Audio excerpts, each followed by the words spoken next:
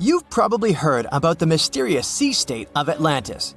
It was a high-tech utopia where people lived happily, but then something happened, and Atlantis disappeared from the face of the earth. Many people believe that this city lies at the bottom of the Atlantic Ocean. But what if we've been looking in the wrong place all this time? What if it's somewhere different from where they're trying to find it? What if all this time Atlantis was in the middle of the Sahara Desert? Well, this unexpected theory has some evidence, but to study this version, you first need to understand what Atlantis was and how we got to know about it. The very first mention of the mysterious city was in 360 BCE. Ancient philosopher Plato wrote about Atlantis. His work, Dialogues, described Atlantis as a rich land with advanced technologies. Its inhabitants were powerful, intelligent, and beautiful, like superhumans. He described in detail the structure of the city, and this was the main reason why many people believed in the existence of Atlantis. According to his records, the Atlanteans built this place in several concentric circles of black and red stone. Then they covered these circles with brass, tin, and precious metals. In the city, there were water channels on which ships sailed. The Atlanteans were sailors, so they built a passage from their city to the open sea. On the internet, you can find many drawings of Atlantis, created based on Plato's descriptions. Take a look at these drawings and an actual photo of the Eye of the Sahara. This place in the Sahara has a shape of several concentric circles. It looks as if a destroyed city left a trace on the sand. Many people have written online that the lost city was located there, but no one could prove it. Once upon a time, the Sahara was filled with rivers and lakes. In prehistoric times, there was only water there. So far, everything matches. The Eye of the Sahara was first discovered in the 1930s. This place was considered a crater from a fallen meteorite. But in the middle of the 20th century, scientists conducted a soil analysis and refuted the version with a fallen space rock. In the end, everyone agreed that this was a dome of molten rocks under which magma was raging. For millions of years, wind and water had been destroying the formed landscape and eventually made it look like perfect circles. But what if the Atlanteans once came to this place and used natural circles to build a city? In this case, we would have many traces and artifacts from this developed civilization. And yes, archaeologists did find some arrowheads, spears, oars, and other things there. But this has nothing to do with Atlantis. In the Eye of the Sahara, a multitude of Acheulean artifacts lies. It was an ancient tribe that frequented this place. For the first time, Acheulean tools appeared more than 1.5 million years ago. Some of the items found there may be 130,000 years old, and according to the records, Atlantis existed about 12,000 years ago. Archaeologists found no artificial structures in this place. There was also no debris or traces of a large city. People would have found some stuff if a big city with advanced technologies had existed here. The main supporter of this idea was one YouTube channel. It collected 1 million views and attracted the attention of many historians and anthropologists. The theory that the Eye of the Sahara is Atlantis was quickly refuted. People found too many discrepancies between this place and the description of Atlantis. The author tried to catch the viewer's attention by presenting external similarities between the natural landscape and the fictional ancient city. Another popular theory claims that Atlantis was a real continent located off the Bahamas, but then this city was swallowed up by the Bermuda Triangle. According to this legend, the city ruins still lie at the bottom of the triangle, but there's no confirmation of this theory either. Writer Charles Berlitz invented it. Adherents of this theory claim that the walls and streets in the western part of the Bahamas might be the ruins of Atlantis. But scientists disagree. They have proven that these walls are natural formations of coastal rocks. There are also rumors that the story of Atlantis was inspired by an actual historical catastrophe, the Black Sea Flood. This is the Bosporus, a strait in Turkey connecting the Black Sea and the Sea of Marmara. Around 5,600 BCE, the Black Sea was twice as small as it is now and had many cities on its shores. Unfortunately, a huge flood destroyed this flourishing civilization. Within a year, cities descended underwater, and surviving inhabitants moved to foreign lands and spread stories about the flood. Maybe these stories inspired Plato to come up with Atlantis. In the 1950s, people came up with another version. Atlantis was the continent that is now Antarctica. Tens of thousands of years ago, a warm continent with a developed city shifted to the northern part of our planet because of the movement of Earth's crust. The Atlanteans couldn't adapt to the cold conditions, and Atlantis was covered with a thick layer of ice. This theory was refuted when scientists began studying the tectonic plate's nature. It turned out that Earth's crust couldn't have moved such a huge continent as Antarctica. The tectonic plates don't behave this way at all. But the main question is, was Atlantis real? No one had described it before Plato. Perhaps the philosopher came up with it.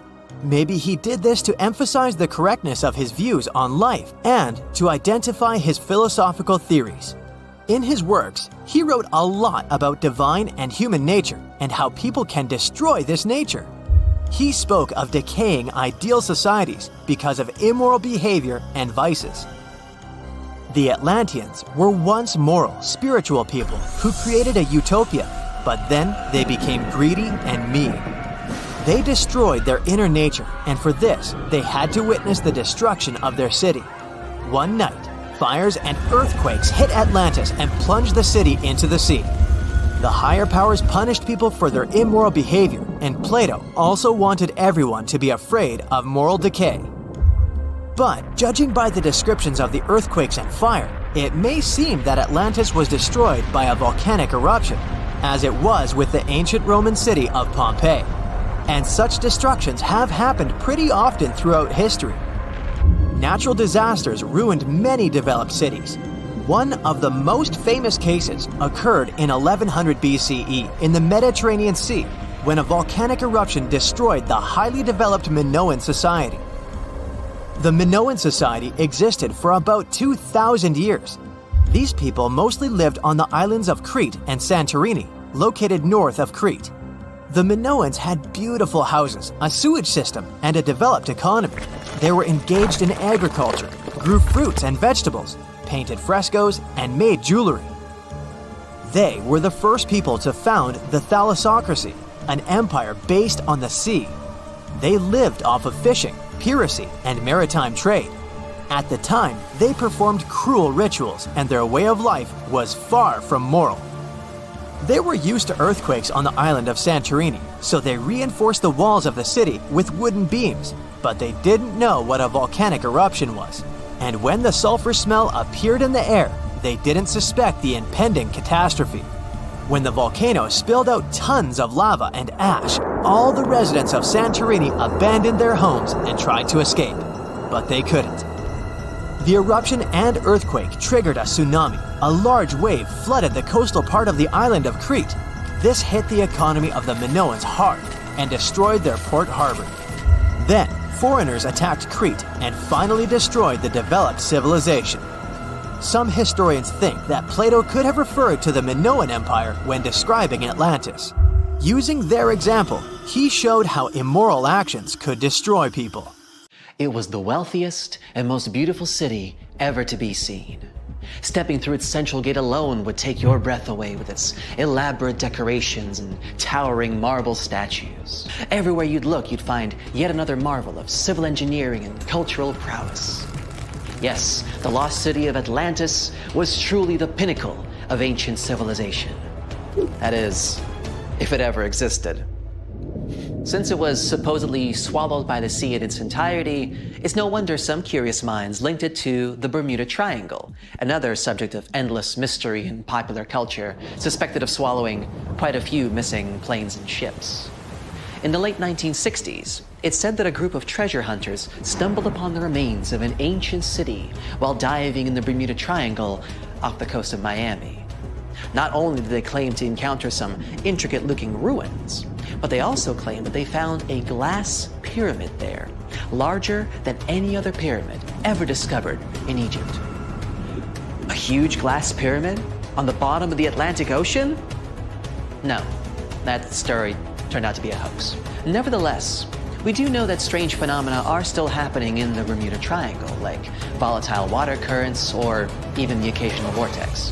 When anyone mentions the Bermuda Islands, this mythical triangle is often the first thing that comes to mind, due to all the mysterious disappearances or unexplained malfunctions. But there's a lot more to this territory than one mysterious triangle. Let me tell you about it, just in case you might want to visit. For a time after its discovery, Bermuda was briefly known as the Somers Isle, named after George Somers, a British privateer and naval hero. But the name that eventually stuck was the initial name, Bermuda, named after Juan de Bermudez, an explorer from Spain who discovered it in 1505. It's the oldest remaining British territory overseas, going back to a time before even the United Kingdom was established. The island's geographical creation is also unique. Scientists have recently discovered that the volcano that had generated this piece of land is like no other on Earth. Since it has pleasant weather almost all year, it's a great place for golfing, sporting 8 world-class courses, often frequented by famous golf players or celebrities. You might just run into one by accident, if you're lucky. If you're more of a music fan, you would be interested to know that John Lennon got the inspiration for about 25 of his songs right here on this island, including classics such as Watching the Wheels, Woman, and Just Like Starting Over. Bermuda's official online travel guide even provides a Lennon-inspired itinerary, taking you from the Bermuda Botanical Gardens to the Masterworks Museum of Bermuda Art to Front Street, a district well known for its very active nightlife. William Shakespeare himself has an interesting connection with this island. His famous play, The Tempest, a story about a shipwrecked crew that end up on a magical island where they are tormented by an old man and his servants, was initially going to be set in the Mediterranean. But after learning about a real-life shipwreck in Bermuda, Shakespeare was supposedly inspired, and so moved the setting here. The island is also home to some fascinating animal wildlife. On hot summer nights, a special insect that glows in the dark, called the Bermuda fireworm, can be found in protected bay areas. There's also a unique species of birds here, the cowhouse, also known as Bermuda petrels. Believed to be extinct for about 300 years, they were rediscovered back in the 1950s, and a sanctuary was built for their protection. Currently, there are about 300 of these birds in Bermuda, total. Some of the first sailors to end up on the island at times reported strange sounds coming from inland and the surrounding waters after sunset. They even described what they heard as children screaming. So, of course, they thought it must have been because of witches or sea monsters. It took a little more time and research to figure out the sounds were coming from the cowhouse. These birds emit a very specific sound that can be easily confused with distressed human noises. Just as the Netherlands are famous for their tulips and Brazil for its coffee, Bermuda is well known for, drumroll please, onions. Yes, Bermuda used to export an amazing amount of onions back in the day, and the general quality of the vegetables produced here is said to be very high. Bermudians, that's how people living in Bermuda are called, are so proud of their onion heritage that when the clock strikes 12 on New Year's, a giant-sized onion decorated with beautiful lights is dropped in St. George's Town Square to usher in a new year. This is a big part of Bermudian tradition, as their onion heritage is a point of pride for the Bermudian people. The community of Bermuda is known to be tight-knit and to be very friendly and sociable. It's common to say hi to everyone on the street, even if you aren't properly introduced. Not greeting people when entering a shop or jumping into a bus is actually considered rude, so be sure to get accustomed to locals saying hello when paying a visit. Another fascinating aspect of Bermuda is its architecture. The houses are all painted in bright, zesty colors. Bermudians take very good care of their homes, even repainting them every 4 to 5 years. And they can even choose the color of their house without any limits. The roofs, however, are a completely different story. When visiting, you will notice that they are all white and terraced. Here's why.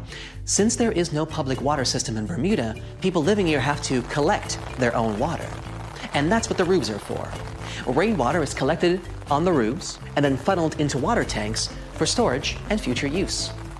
That's why it's so important that the roofs remain white. Not only is it much easier to spot debris on a white surface, but the white cement also helps with sanitizing the water. What about transportation? Well, only residents can drive a car here, and only a single car is permitted per household in terms of ownership. So if your trip itinerary includes renting a car, you may want to rethink it. If riding a bus is not your preference, there's always the option of renting a scooter. You just have to remember to drive on the left side of the road. It is a British colony after all. This wonderful location is also one of the few places on Earth with pink, sandy beaches. Because it's surrounded by coral reefs that are responsible for the special red pigment, Bermuda is home to some of the most spectacularly colored beaches in the world, such as Horseshoe Bay Beach, West Whale Bay, or South Shore Park. For those interested in more of a culinary experience, Bermuda has some interesting local dishes to explore. Its geographical location and the fact that it's surrounded by water mean that most local courses are based on fish and seafood. Here you can get a nice codfish breakfast, a Bermuda fish cake, or their famous Hoppin' John, a dish made with black-eyed peas, sliced sausage, bacon or chicken, Bermuda onion of course, and some brown rice, often seasoned with garlic and thyme. They do this last one for special occasions, like in January, during the Bermuda Restaurant Weeks, a culinary festival that you'd better not miss if you love a good feast. For a place to chill with a fantastic view, Bermuda offers 2 historic lighthouses, each with its own delightful peculiarities. To get to Gibbs Hill Lighthouse, for example, you would have to make a long pilgrimage up 185 steps. There's no elevator to get you there, so be sure you're properly hydrated before starting the journey. The panoramic view of the ocean, however, will make up for all the effort. There is also St. David's Lighthouse, which is known as an ideal spot for whale watching. Particularly in March and April, humpback whales generally pass through these waters as they travel north to their feeding grounds in Canada. The National Museum of Bermuda also provides an array of unique experiences, such as the Dolphin Quest. Through this program, tourists have the opportunity to view, meet, and interact with dolphins in a sheltered, natural ocean lagoon environment. Searching for the best hidden Instagrammable spots? Then Crystal and Fantasy Caves is the place for you. They were actually discovered by accident in 1907. 2 young boys, Carl Gibbons and Edgar Hollis, lost their ball while playing cricket. When one of the boys went down a hole to get the ball back, he discovered this magical place full of crystal formations surrounding a beautiful lake. Crystal and Fantasy Caves attract a huge number of tourists each year, and through a number of recently constructed bridges, they are now more easily accessible. Be sure to wear comfortable shoes, though. There's lots of other geographic, historic, and cultural attractions I could talk about, but I think you get the gist. Bermuda is a lovely and vibrant island paradise that offers so much more than conspiracy theories about missing planes and lost cities. The weather is pleasant, the people are friendly, and there's so much to do on this beautiful island. So what are you waiting for? Book a flight today! Just a suggestion, of course. On a sunny day, a man was diving in shallow waters near South Africa. At one point, he saw something that didn't catch his eye at first. A pile of shells that looked as if it had been put together. Maybe by some other diver, he must have told himself. But out of all these shells came the most unusual of creatures, an octopus. The gorgeous underwater animal looked straight at the man before swimming away. Impressed by his new acquaintance, the diver started visiting the octopus every day. He watched it use shells and seaweed to protect itself and learned how it hunted and cared for its eggs.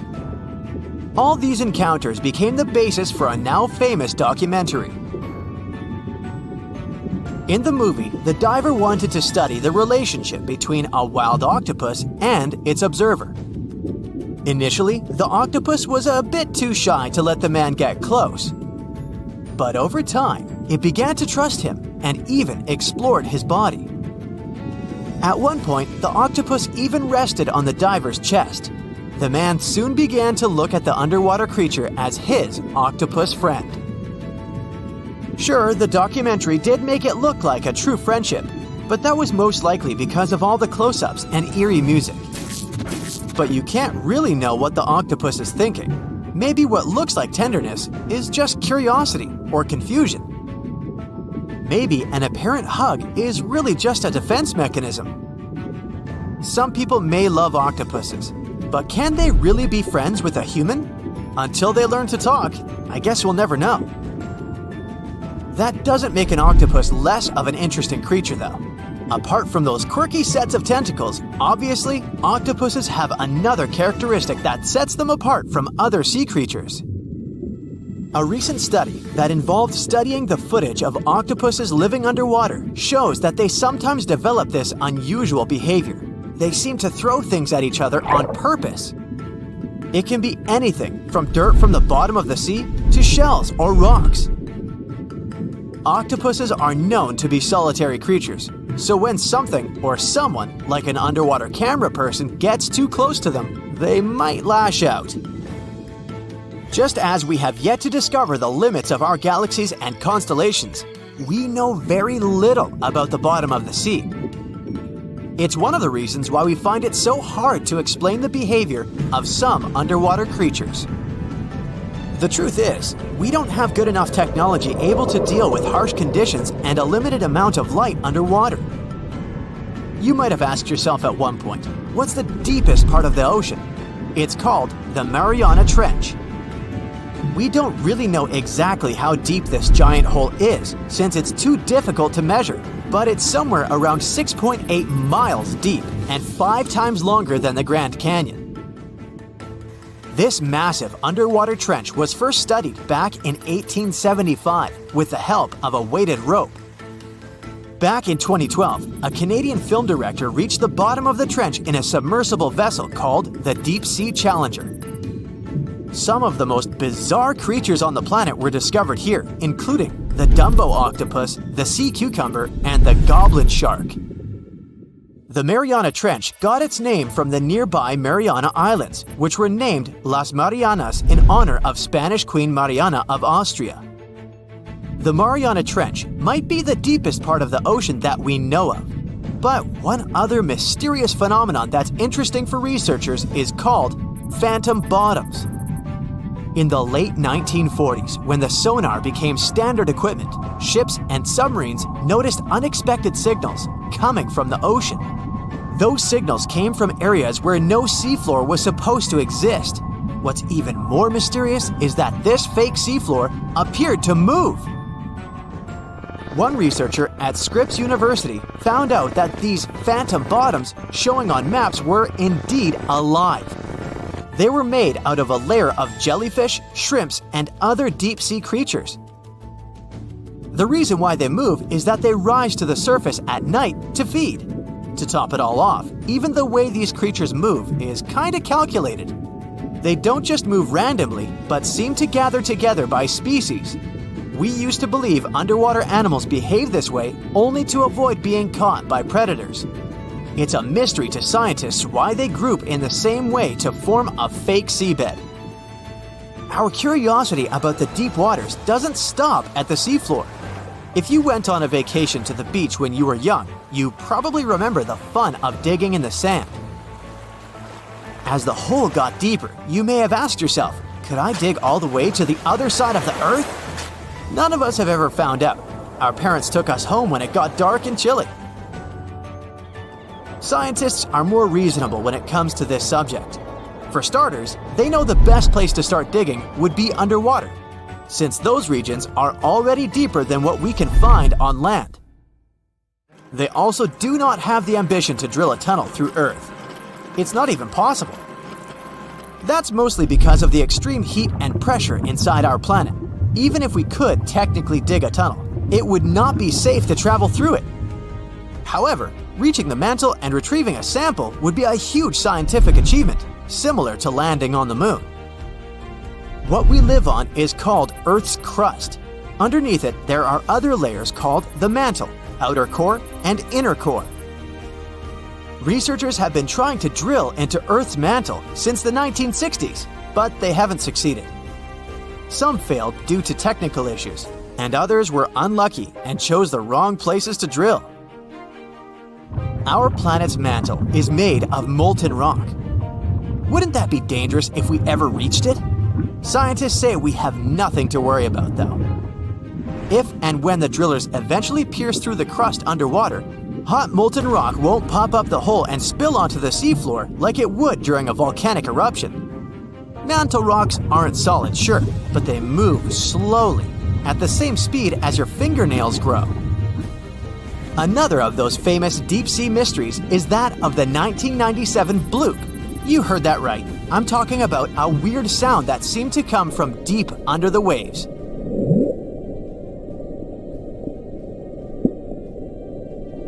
People heard it in the South Pacific. No one had ever recounted a sound like that before.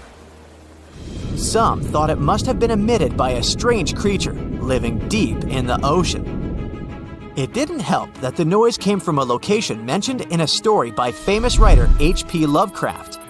In his story, it was a creature called Cthulhu that lived there. In the novel, the author described it as a large, human-like monster with tentacles on its face and wings on its back.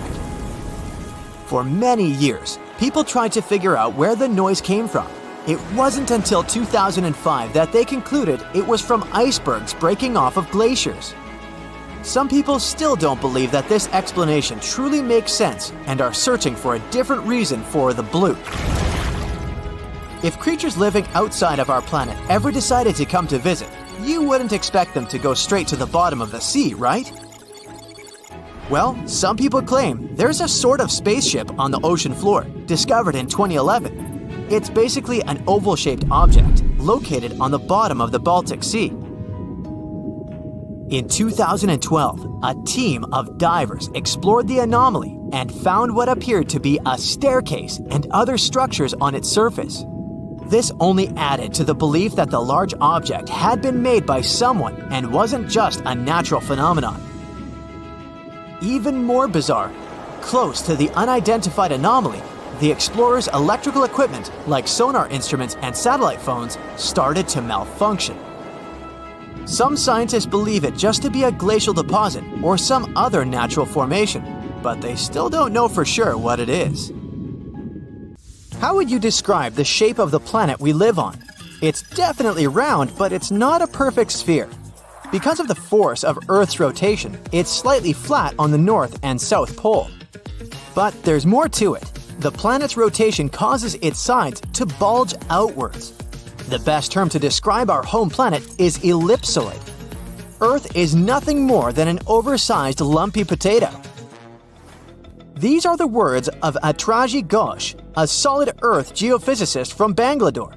She and her team have been studying something called the Indian Ocean Gravity Hole. Sounds like the scenario for a science fiction movie, but it's very much real. We think of gravity as something consistent. If you drop a pen from your hand in Los Angeles and in Perth, they're going to fall to the floor at the same time. Well, this is not completely true. Gravity is connected with the mass of a celestial body. Astronauts on the surface of our moon don't walk, but move in hops. That's because Earth weighs 81 times more than the moon. Less mass means less gravity. Earth is more massive, so it has a stronger gravitational pull. But there's a catch. All this mass isn't distributed evenly across the planet. As a result, gravity varies as well. NASA has been mapping Earth's gravity field since 2002 using twin GRACE satellites. The maps they produced show where gravity is stronger and where it's weaker. Mountain ranges such as the Himalayas contain a lot of mass. This means they generate a stronger gravity field. The opposite happens in ocean trenches. The deepest of them is the Mariana Trench in the Pacific Ocean. You could almost stack 2 Mount Kilimanjaros inside it. The low concentration of Earth's mass below it means that the gravity field here is weaker. Places on the globe where huge chunks of mass are missing are called geoid lows. A geoid is an imaginary surface that follows the outline of sea levels around our planet. Imagine the Earth without any land. That shouldn't be too hard since the nickname of our home is Blue Planet. Now draw a curvy line along the surface of the oceans, and you get a geoid. In reality, the line stretches across oceans, as well as land masses. Scientists use this imaginary line to calculate the depth of tremors or objects that occur underground. When the wavy line goes down, that's a geoid low. The biggest of them sits at the bottom of the Indian Ocean. The first to discover it was a Dutch geophysicist in 1948. He was performing a gravity survey from a ship. The man noticed that sea levels dipped over 320 feet below the global average. The gravity hole got the official name Indian Ocean Geoid Low. It spans well over 1 million square miles off the southern coast of India. If you went out at sea in the middle of the gravity hole, you wouldn't notice much, just an endless ocean as far as the eye could see. The only way to measure the dip in gravity is through extensive geophysical measurements and calculations. The concept of a gravitational hole existed for nearly 2 centuries in the scientific community, but researchers could study it in high detail only after satellite measurements became possible in the late 20th century. A team of Indian scientists was determined to explain the anomaly that had been puzzling geologists for decades. They used supercomputers to simulate the seismic activity that formed our planet. A total of 19 simulations revealed how tectonic plates moved across the span of over 140 million years. This was during the Cretaceous period, the time when T-Rex roamed the Earth. Nearly a third of the possible scenarios produced a geoid low, similar to the one in the Indian Ocean. The most important factor in these models was the presence of magma plumes. These are places inside the Earth's mantle where lava flows upwards. The mantle sits between the planet's outer core and the thin crust we walk upon. The magma in the mantle plume is hotter than the surrounding rocks. The heat it generates melts and thins the crust. This creates hotspots that are brimming with volcanic activity. Yellowstone National Park and the Hawaiian Islands sit atop such hotspots. The Indian team of scientists linked the presence of magma plumes to the formation of the geoid low. Their source was an ancient ocean that disappeared tens of millions of years ago. It was located where the Himalayan mountain range sits today. Evidence of this lie in the marine rocks researchers found on the world's tallest mountains. The oceans ceased to exist when India's landmass separated from the supercontinent called Gondwana. It drifted north and merged with the rest of the Asian continent. At the time, the Eurasian supercontinent was called Laurasia. The Indian tectonic plate went down inside the mantle. It ended up under the African continent. This landmass contained a lot of crystallized material which was quite dense. When the sinking plate of the former ocean reached it, plumes of magma spilled out. As a result, low-density materials ended up closer to Earth's surface. Density is used to calculate mass, and if you remember our lesson in physics from the beginning of the video, less mass translates into a weaker gravity field. Scientists believe this is how the geoid low in the Indian Ocean formed some 20 million years ago. At this point in prehistory, the Earth looked a lot like it does today. There were vast grasslands, and whales swam in the seas. Geophysicists who created the computer model cannot tell for sure what will happen in the future. Ghosh thinks it's possible that the gravity hole in the Indian Ocean will remain in place for a long time. But plate movements can also cause the anomaly to fully disappear in the coming eons. Earth's tectonic plates are constantly shifting. They define the shape of our continents and oceans. Experts study plate movements to get a picture of how our world looked millions of years ago. However, telling Earth's geologic future is much more complex. The gravity hole in the Indian Ocean is the biggest, but it's not the only one in the world. Other areas with low gravity include the island of Cuba and the Bahamas. On the opposite side of the spectrum are the Philippines. Here, gravity is stronger than normal, but the poles are the places with the strongest pull to them. They are the closest to the center of the Earth. If you stand directly on the North or the South Pole, you are 3,950 miles from the planet's core. At sea level on the equator, this distance increases by more than 13 miles. Earth's gravitational field also has an effect on your weight. At the equator, you weigh 1% less than you do on the poles. The South Pole is maybe more suitable for this experiment because there is actually ground there. But gravity is the strongest at the North Pole in the middle of the Arctic Ocean. This is where scientists in 2013 recorded the highest gravitational acceleration on the planet. This is the rate a falling object speeds up in free fall. The acceleration depends on the strength of gravity. When a team of researchers from a university in Perth set out to map these gravity changes, they discovered something interesting. Gravitational acceleration was the highest at the surface of the Arctic Ocean.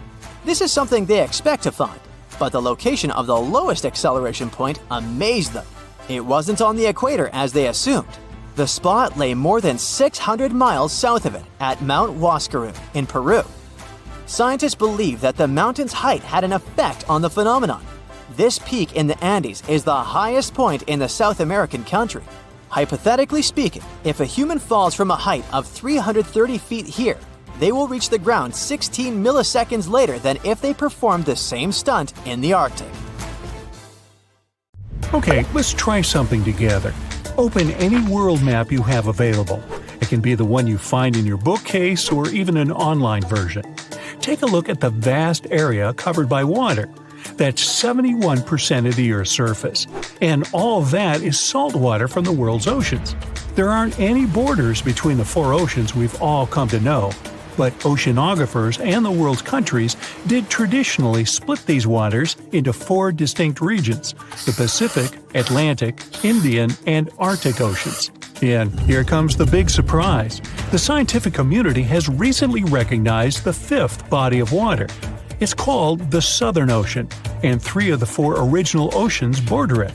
It circumnavigates Antarctica and the lower portion of the globe and reaches Australia and the southern portions of Africa and South America. What makes this ocean so special? How did the scientific community eventually recognize it? And more importantly, what mysterious creatures does it hide? Let's find out.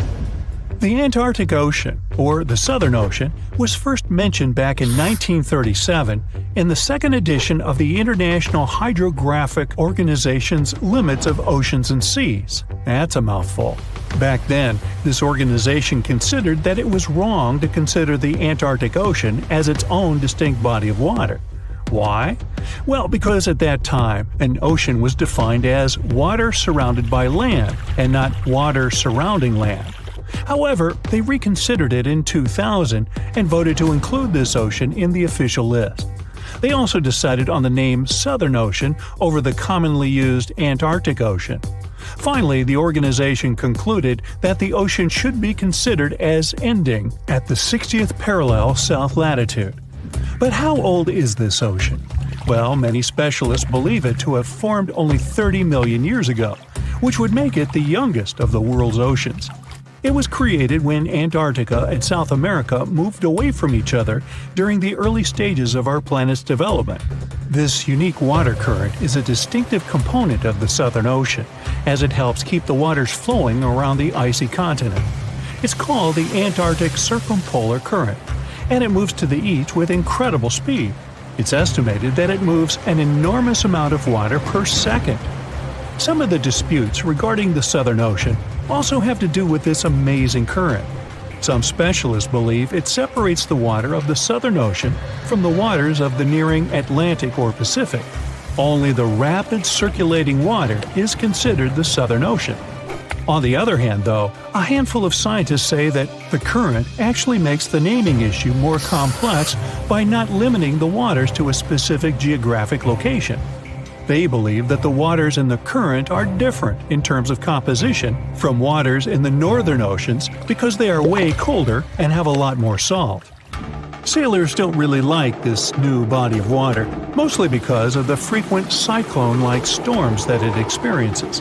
They happen because of the big temperature difference between the ice packs and the ocean waves. As a result, these storms are very difficult to surpass for any sailors that happen to encounter them. I mean, really, these are the strongest winds found anywhere on our planet. More so, the vessels going through this area must also be wary of the frequent icebergs that may pop up every now and then, and also of the low surface temperatures. Just to paint you a better picture, some of the icebergs found here can span over several hundred meters and can exist all year round, regardless of the season.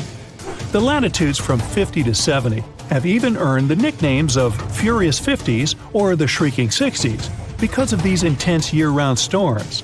Even the landscape is unique. They say the Southern Ocean has bluer glaciers, colder air, and more intimidating mountains than anywhere else in the world. Now, let's get to the mysterious creatures that call this place home, as thousands of species of wildlife live only here and nowhere else in the world. Let's start with the quirky sea pig, or one of the sea cucumbers as it's sometimes called. There are a lot of them in the waters off Antarctica. Why is it called that way, though? Because of its pink hue and round, bloated looks. On a closer look, it even appears to have a little tail and set of ears, just like a pig. They do help a lot with the quality of the waters here, filtering sand and sediment. Then there are the Hoff crabs that live on the floor of the Antarctic Sea. The Southern Ocean is a cold water environment, but crabs are more adapted to warmer waters. So, Hoff crabs gather around the warmth made by volcanic vents. They get the needed warmth and food here. You can find them in large piles, one on top of another, literally filling the space of the vent openings. Now, wonder how they got their unofficial name? Well, it's because of their apparent similarity to the actor David Hasselhoff, whose impressive chest reminded explorers of the crab. Okay. Ever seen a fish that's completely transparent? You'd have to get to these waters down in the south, but they do exist, and they are simply called the ice fish. You can basically see inside them, being completely clear and all. That's because of their see-through skin and because they don't have any red blood cells. Their special power is that they can use antifreeze to prevent their bodies from going solid in the cold waters of the Southern Ocean. Instead of the standard thicker blood, the red one with hemoglobin, ice fish have thinner blood that moves around more easily throughout their bodies, hence giving them the much-needed nutrients and oxygen. Now, is there a monster hidden in these waters? Some people believe this to be the case, and thanks to recent research, we even have video footage of it. Some Australian researchers stumbled upon a bunch of weird-looking creatures that were swimming near the seafloor of the Southern Ocean. This pink blob-like fish seemed to be propelled by a little pair of fins. To quote them on it, it seemed to resemble a chicken just before you put it in the oven. I'm not sure I even want to know what that looks like. It took them some time and research to identify the monster. It's a shy species of sea cucumber, known more by its creative nickname, the headless chicken monster. We've known this creature has existed since the late 1800s, but we've barely ever seen it. And we've only ever captured it on tape once before when it was spotted in the Gulf of Mexico, which is quite far from the waters off the coast of East Antarctica. There's so much we don't know about this creature, like how many of them exist in our waters and how they live, eat, and reproduce. Ever heard of the emperor penguin? It's not a penguin species that just happens to have a crown on its head, if that's what you're thinking. But they are one of those penguins that inhabit this specific location and are also the largest species of their kind altogether. What makes them special is that they make their colonies on the sea ice, and most of them never step foot on land. More so, penguin dads lose almost half their weight while incubating the eggs. They're also fascinating swimmers, able to dive deeper and longer than any other bird, up to 700 feet. Not to mention they can stay submerged for up to 18 minutes at a time as they gather food. We have yet to uncover all the secrets of the mysterious Southern Ocean, but it's clear that it's home to some unique and fragile marine ecosystems. Recognizing it as a new ocean could be one way to focus the public attention on it and help its conservation. In November 1922, a boy walked through the desert mountains of Egypt and discovered some ancient steps carved into the rock. Subsequently, this find became one of the world's largest and most significant archaeological discoveries. This step was part of Tutankhamun's untouched tomb. Archaeologists found about 5,000 ancient objects, including jewelry, fabrics, painted vases, and funeral masks. You've probably seen one of them. It has become one of the most recognizable attributes of ancient Egypt. More than 100 years have passed since then, And now, humanity has finally become close to another large-scale discovery, the tomb of Cleopatra. This queen was the last active ruler of the Ptolemaic Kingdom of Egypt, who sat on the throne from 51 to 30 BCE.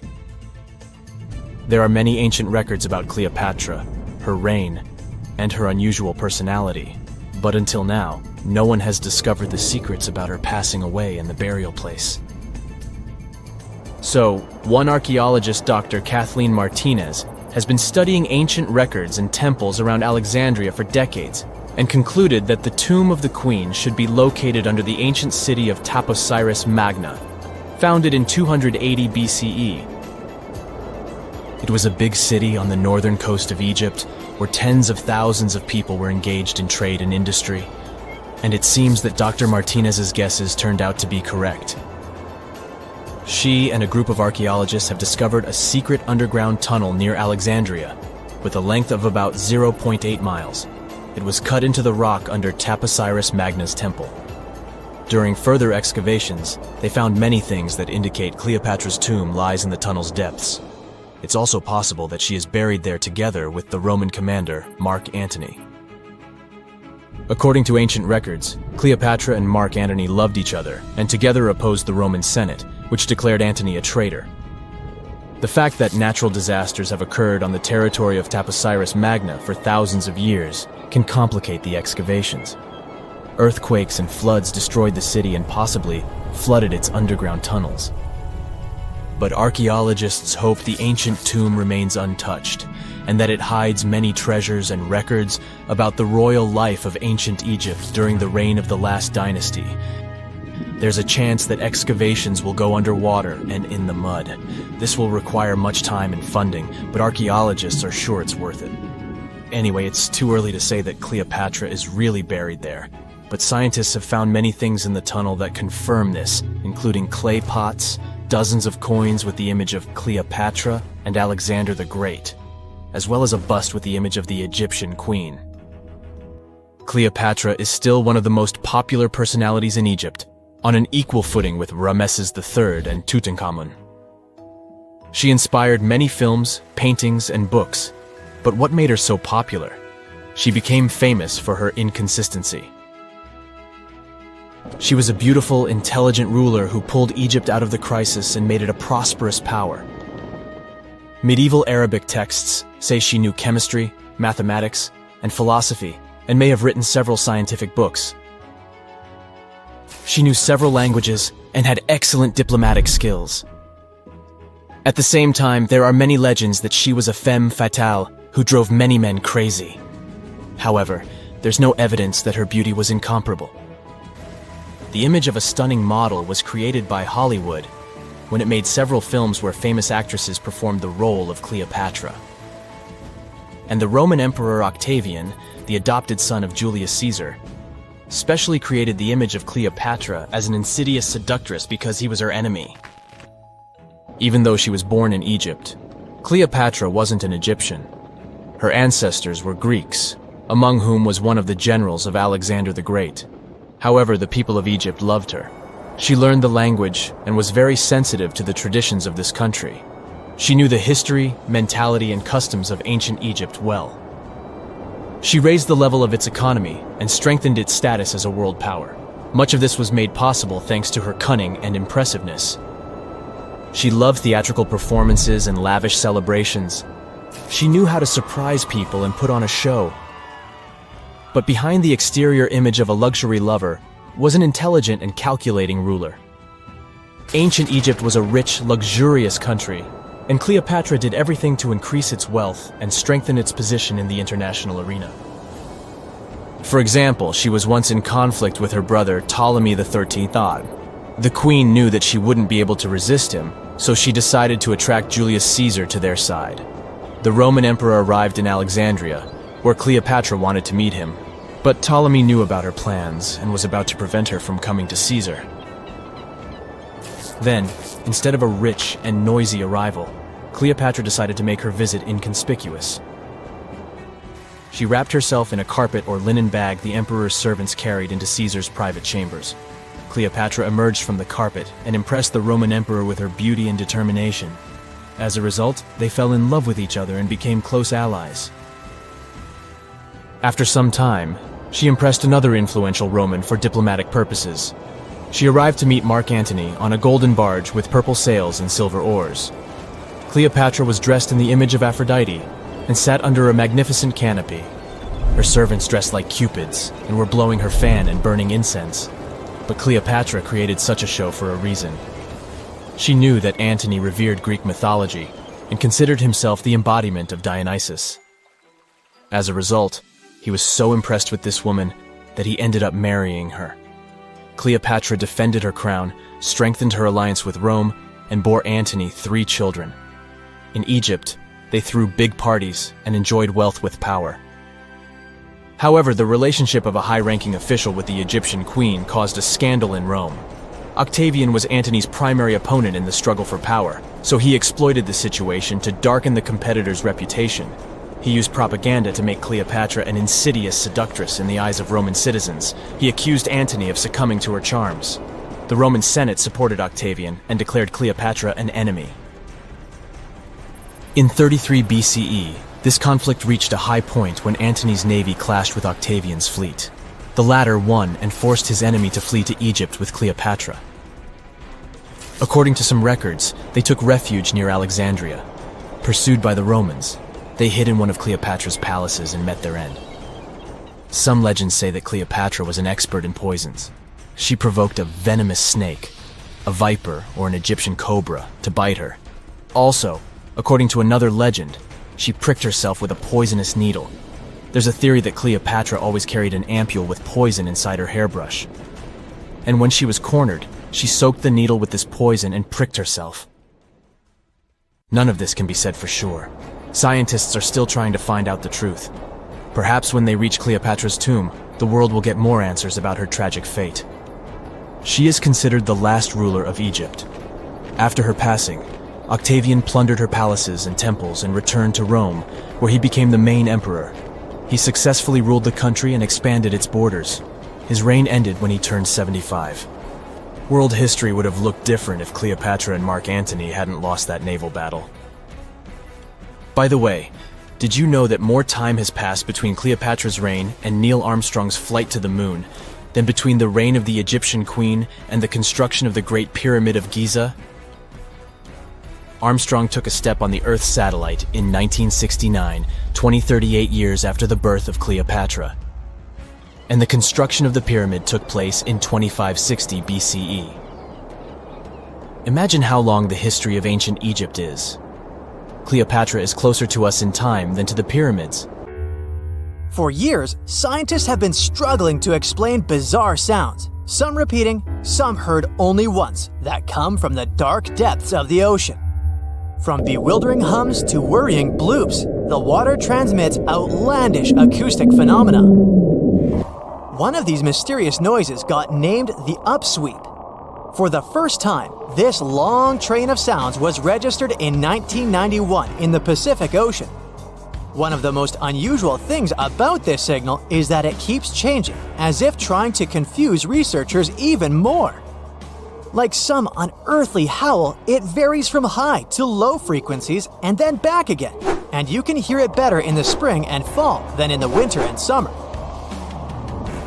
Why the upsweep? It's simple. The sound travels from the bottom of the ocean towards its surface, as if sweeping up. Scientists do have a theory explaining this phenomenon: the activity of undersea volcanoes. Hot lava pouring into ice-cold ocean water could theoretically create such noises, but there's no proof found yet. Plus, the sound has been declining since 1991, even though it can still be detected. The bloop is the name given to an ultra-low frequency and incredibly powerful underwater sound that was recorded in 1997 by the U.S. National Oceanic and Atmospheric Administration. The bloop continued for approximately 1 minute. Having started from a low rumble, it gradually rose in frequency. It also kinda mimicked the noise created by marine animals, but its volume was so great that no living creature known to science could have made it. When the bloop occurred, underwater microphones managed to record it from a distance of 3,000 miles away. Rumor has it that the noise might have something to do with the fictional half-octopus monster Cthulhu, or some other colossal deep-water creature. But if you don't believe in monsters, science has another explanation: iceberg fracturing. The thing is that icequakes recorded in the Scotia Sea resemble the mysterious bloop a bit too much for it to be a coincidence. The whistle resembles this annoying sound when a kettle of boiling water is telling you it's time to make a cup of tea. But even though it may not be as blood-curdling as some other bizarre ocean sounds, it doesn't make it any less mysterious. Plus, the whistle is very elusive. In 1997, only one underwater microphone was able to pick it up, and therefore, researchers didn't manage to pinpoint the source of the noise. The most likely cause of the sound is an eruption of one of the submarine volcanoes. Have you ever heard of Julia? No, not your neighbor. I'm talking about this otherworldly sound. Listen to it. It was recorded in 1999 by the U.S. National Oceanic and Atmospheric Administration. The source of the sound was most likely a large iceberg that ran aground somewhere in Antarctica. The sound was so loud that it was heard over a huge territory, and its duration was about 2 minutes and 43 seconds. Slow down. That's the name given to a sound recorded in 1997 in the equatorial Pacific Ocean.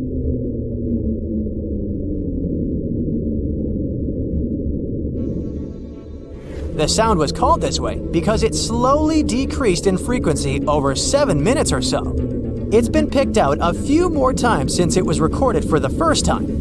The source of the sound isn't very mysterious. Most likely, it was produced by a massive iceberg that became grounded in Antarctica, or it was caused by moving ice. By that, I mean the friction produced by a large ice sheet moving over land. The loneliest whale sound is often called the 52 Hz whale because the animal that creates it calls at a unique for these creatures' frequency. When you listen to this sound, it sounds like a low bass note. At the same time, it's much higher than the normal frequency of the whale call, which rings between 10 and 40 Hz. Interestingly, scientists have been listening to the world's loneliest whale for decades, but haven't managed to figure out its precise location. Nobody knows whether the mammal is male or female, what species it is, or if the animal is still alive. After all, for the last time, its call was recorded in 2004. Earth-shaking booming sounds have been reverberating off some parts of North Carolina for more than 150 years. Called Seneca guns, they're most often heard near the coast. The sounds are so powerful that they often rattle window panes and sometimes vibrate entire buildings. They can last from 1 to almost 10 seconds. Even though scientists haven't cracked this mystery yet, there are some theories. They range from earthquakes to severe distant storms and quarry blasts. But even though the ground trembles every time the phenomenon occurs, no seismic activity coincides with these events. So far, scientists have come to the conclusion that the mysterious sounds happen in the atmosphere, not on or under the surface of our planet. If this theory is true, bolides might be the answer. These extremely bright meteors often explode once they enter Earth's atmosphere. Or Seneca guns might be born in the ocean. Sometimes, when enormous waves collide far away from the shore, you can hear it, even if you're nowhere near the coast. Seneca guns are a type of skyquakes. You don't need to travel to a particular part of the world to hear one of those. Mysterious sonic booms ramble from the sky everywhere, from the US to India and Japan. Just like Seneca guns, this sound phenomenon occurs mostly near the coast or a big body of water. Rattling glassware and windows in the nearby houses, skyquakes could be connected with ultra-fast airplanes breaking the sound barrier. But people started hearing the first skyquakes in 1824. The theories trying to explain this phenomenon include sand dunes shifting, meteors entering the atmosphere, distant volcanoes erupting, Earth's crust cracking during earthquakes, and even gas bursting out of underground vents in the sea or lake bottom.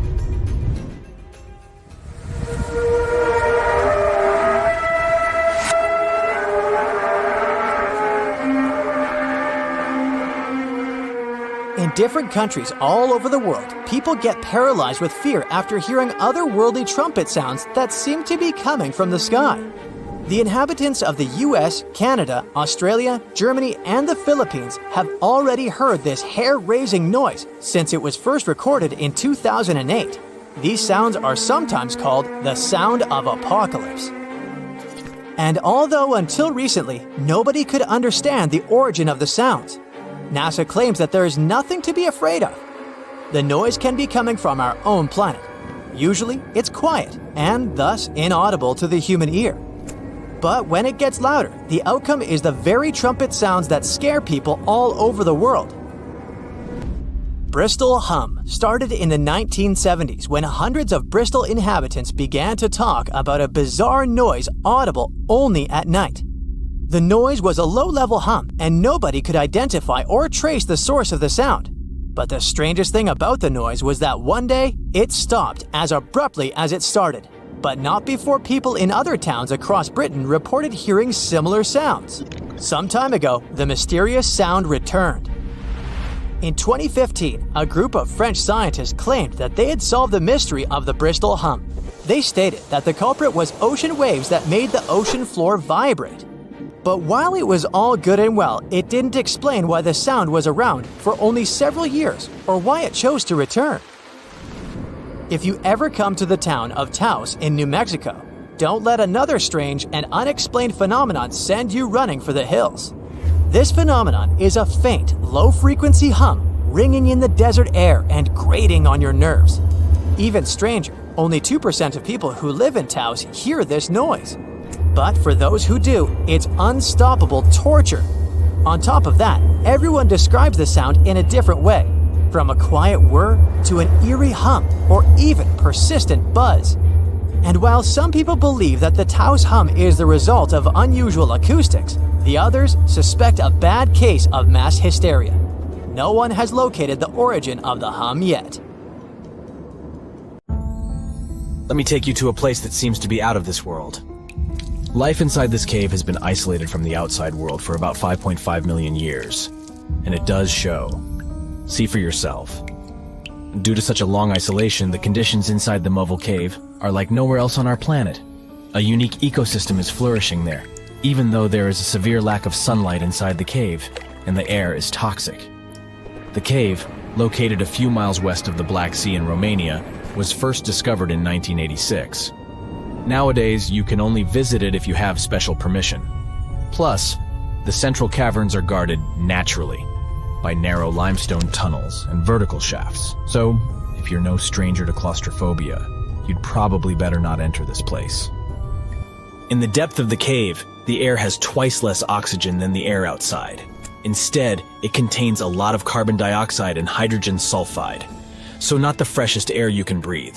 It's also pitch black inside the cavern. But despite, or should I say, thanks to, this cocktail of extremely harsh conditions, the site is a true goldmine for biologists. Shockingly, life seems to be booming here. In a 1996 study, scientists identified 48 species, and 33 of them were unique to the cave. Most of the creatures inhabiting the cave are tiny, with long limbs and antennae that help them navigate in the dark. They have no vision and lack pigment, and it makes sense. Why would you need to be able to see if you live in total darkness? And why would you need to be pretty and colorful with no one to see you? Now, I'm going to take you to another cave. It's no less amazing, but looks very different.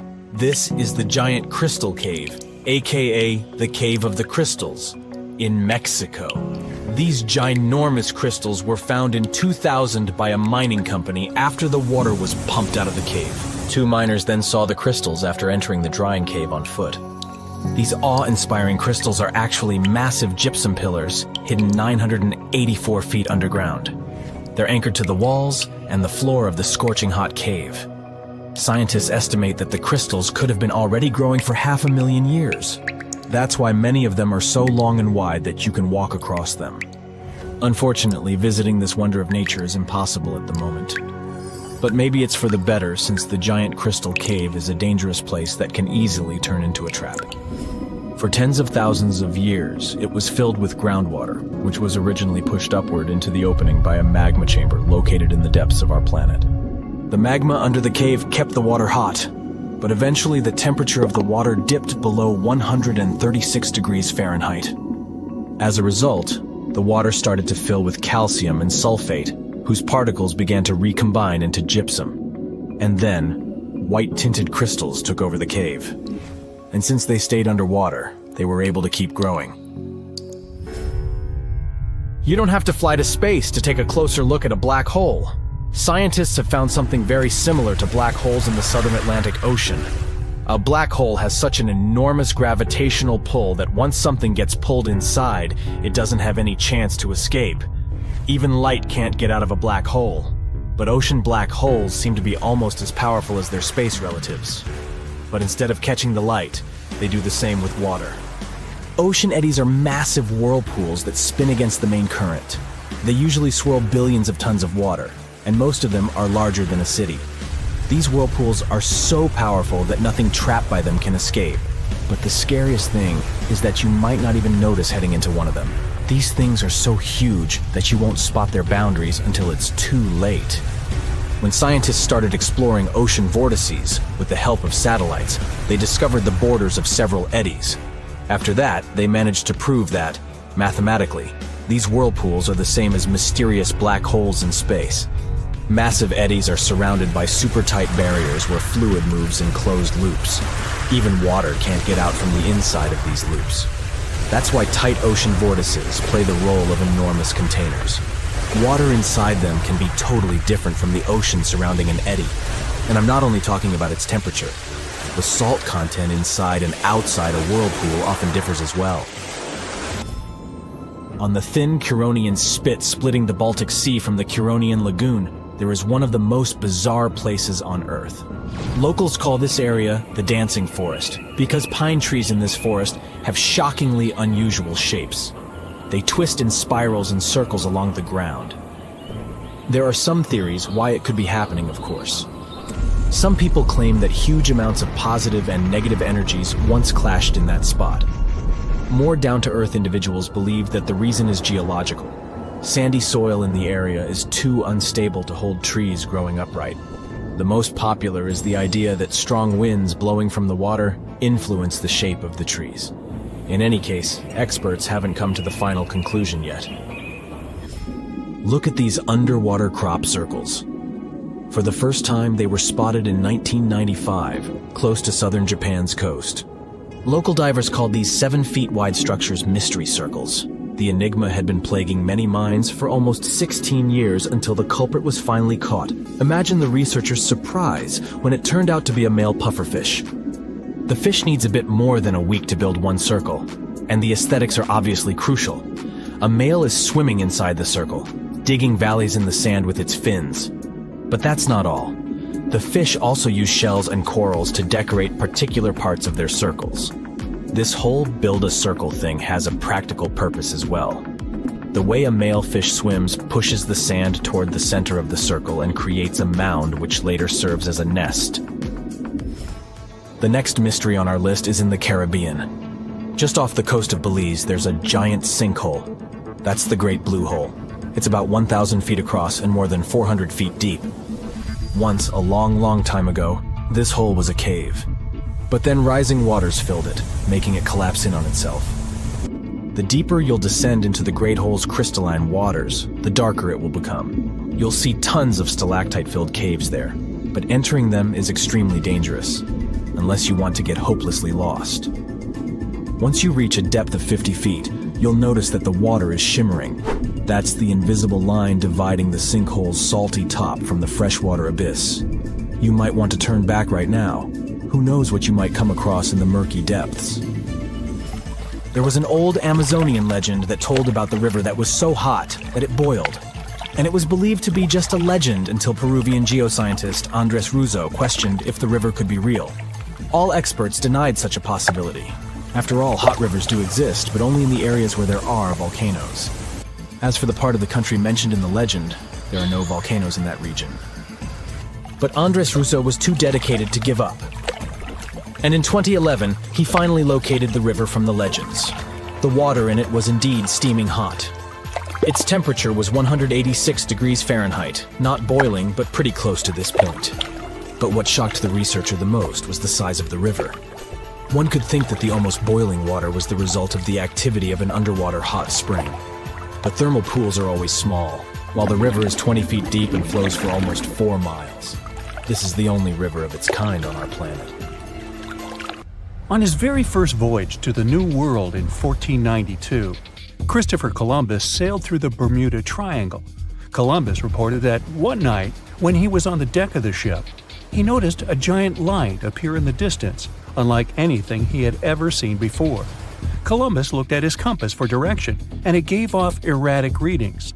You might have noticed that the Bermuda Triangle doesn't appear on any world map. This is because official institutions refuse to acknowledge that the area actually exists. As you probably know, the Bermuda Triangle is situated near the Bahama Islands. There's a strange structure around the bottom of the islands.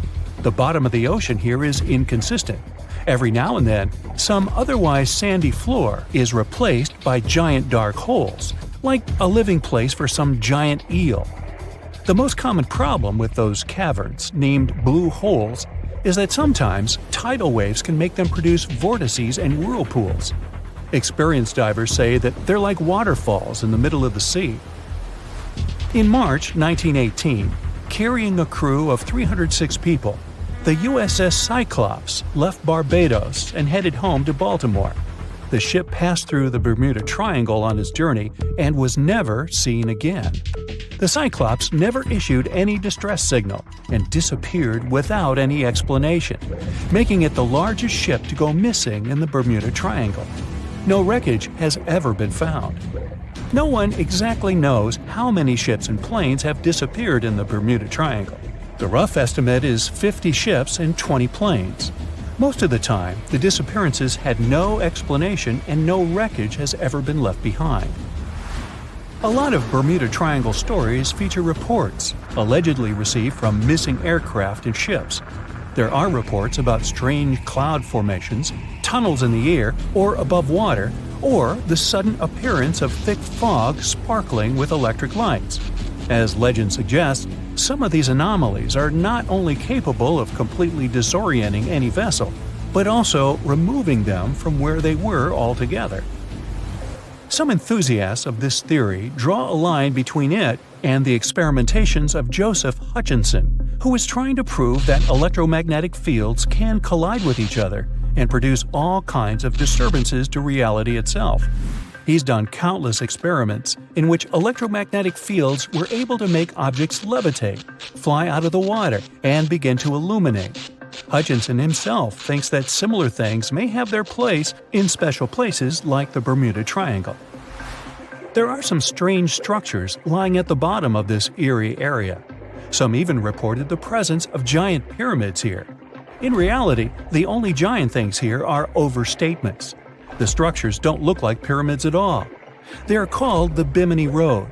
It lies northwest of the shore of North Bimini Island. In fact, it consists of 2 strange rock formations. Both look suspiciously like building blocks.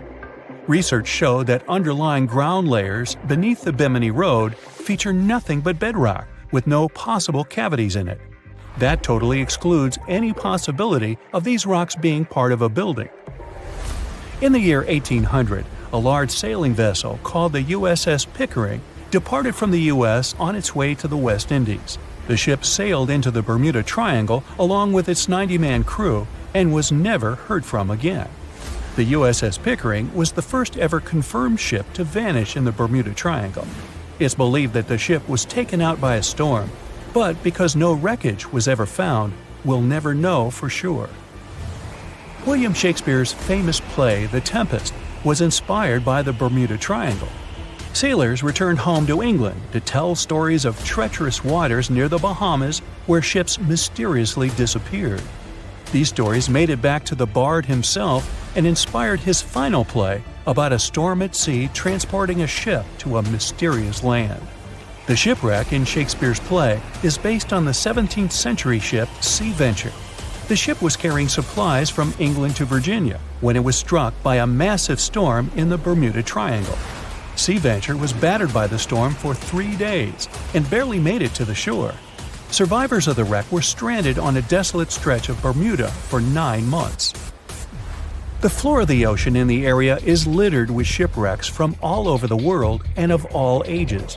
And as you can imagine, this is a sweet spot for treasure hunters brave enough to challenge the mysterious waters of this place. One of these treasure hunters was lucky enough to come across a secret map made from the orbit of the planet in the 60s during one of the first flights into space. This map reveals a lot of shipwreck coordinates in the Caribbean area. The luckiest treasure hunter in the world believed that these coordinates should lead to the remains of the ship that was part of Christopher Columbus's expedition. What he found there was a huge, unidentifiable object plastered with layers and layers of coral. It had long protrusions sticking out of it in bunches of 5 in different directions. 2 more identical objects were found nearby. Just off the coast of Japan, you'll find the Bermuda Triangle of the Pacific Ocean. Between 1950 and 1954, 9 ships disappeared in this area without leaving a trace. The ship Kaiomaru 5 was sent to investigate these unexplained disappearances when it also vanished. After this incident, the Japanese authorities labeled the area a danger zone, and sailors are encouraged to avoid it. The local people of Andros Island, part of the Bahamas, have a legend in their folklore about a giant, vile octopus-like creature named Lusca. Nobody knows how big this creature could be, but they believe it is responsible for the disappearance of vessels in the area. Strangely enough, some giant octopuses were seen and even caught nearby, though they weren't nearly as big as the legendary creature. On the other hand, a giant octopus capable of dragging ships to rock bottom? None have grown to a size this big as far as we know, so this version doesn't seem too concerning. The Bermuda Triangle is one of the rare places on the planet where true north and the magnetic one are in the exact same direction. True north is the geographical north pole of our planet. Magnetic north directs to the North Magnetic Pole, which constantly wanders around the Earth. Sometimes these poles coincide, and the straight line that connects north and south is called the agonic line. If you fall into this line, your compass will behave strangely. It won't point exactly to the north. Astronauts of the International Space Station notice the Earth's magnetic field is weakened in the Bermuda Triangle area. This field is a shield that protects us from solar radiation. Above the triangle, the particles of the sun's rays move faster than in any other part of the planet. This causes unstable work of electronics of satellites flying in the atmosphere of Earth. It doesn't apply to ships and planes, though. The Bermuda Triangle is one of the most heavily traveled shipping routes in the world. Some skeptics believe that this fact solves the Bermuda Triangle mystery. Statistically, the busier the area, the higher the frequency of accidents and disappearances. While this makes sense, it's not the frequency of disappearances that's responsible for the mystery of the Bermuda Triangle. It's the lack of explanation or wreckage found. A popular theory suggests that rogue waves are responsible for the many disappearances. Rogue waves are called extreme storm waves by scientists. They occur when different weather patterns take place at the same time and cause large, unexpected waves that reach up to 100 feet tall. Witnesses say that the waves look like giant walls of water. These waves could explain why ships go down fast and without leaving any trace. Alaska has its own triangle. Since the late 80s, 16,000 people have disappeared there. Eyewitnesses to the Bermuda Triangle anomaly talk about thick fog, lightning, balls of light, and hallucinations. In Alaska, everything's a bit more complicated. People, planes, ships, they just disappear without a trace. There's no one around to tell us what it felt like.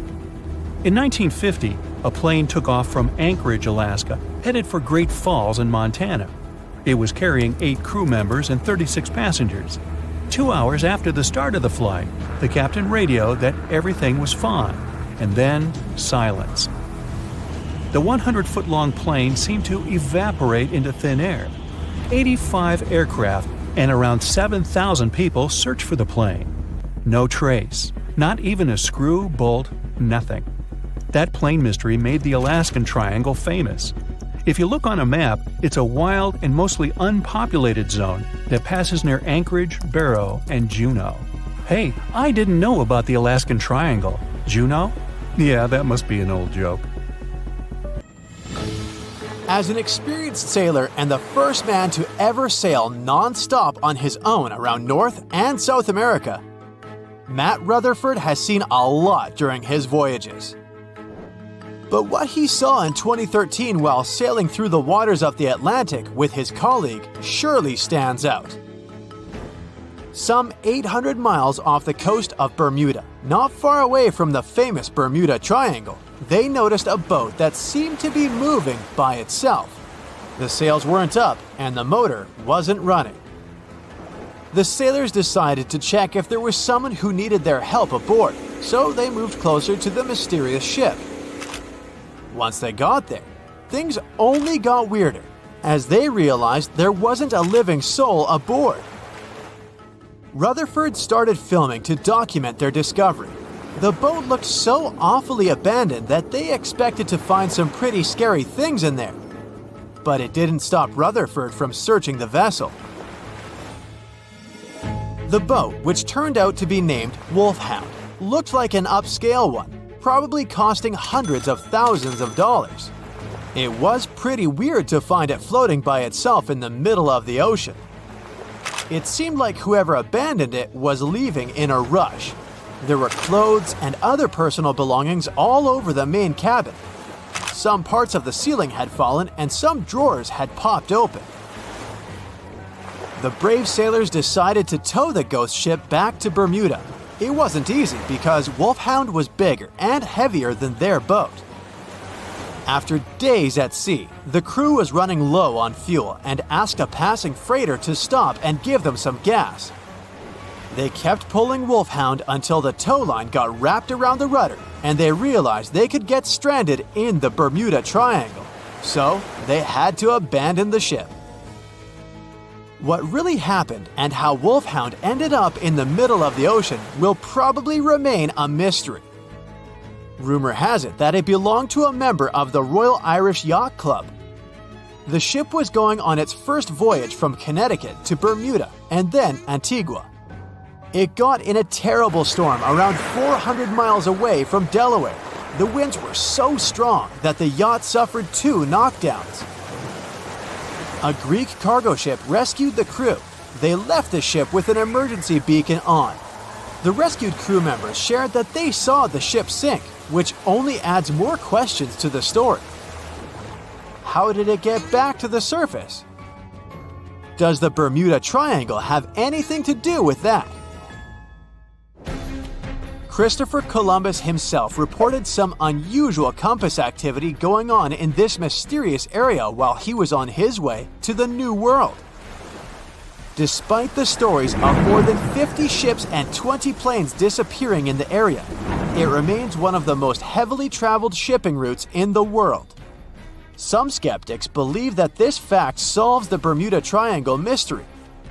It could make sense because the busier the area, the more accidents happen there. But then again, it's not the number of disappearances that makes the place so mysterious.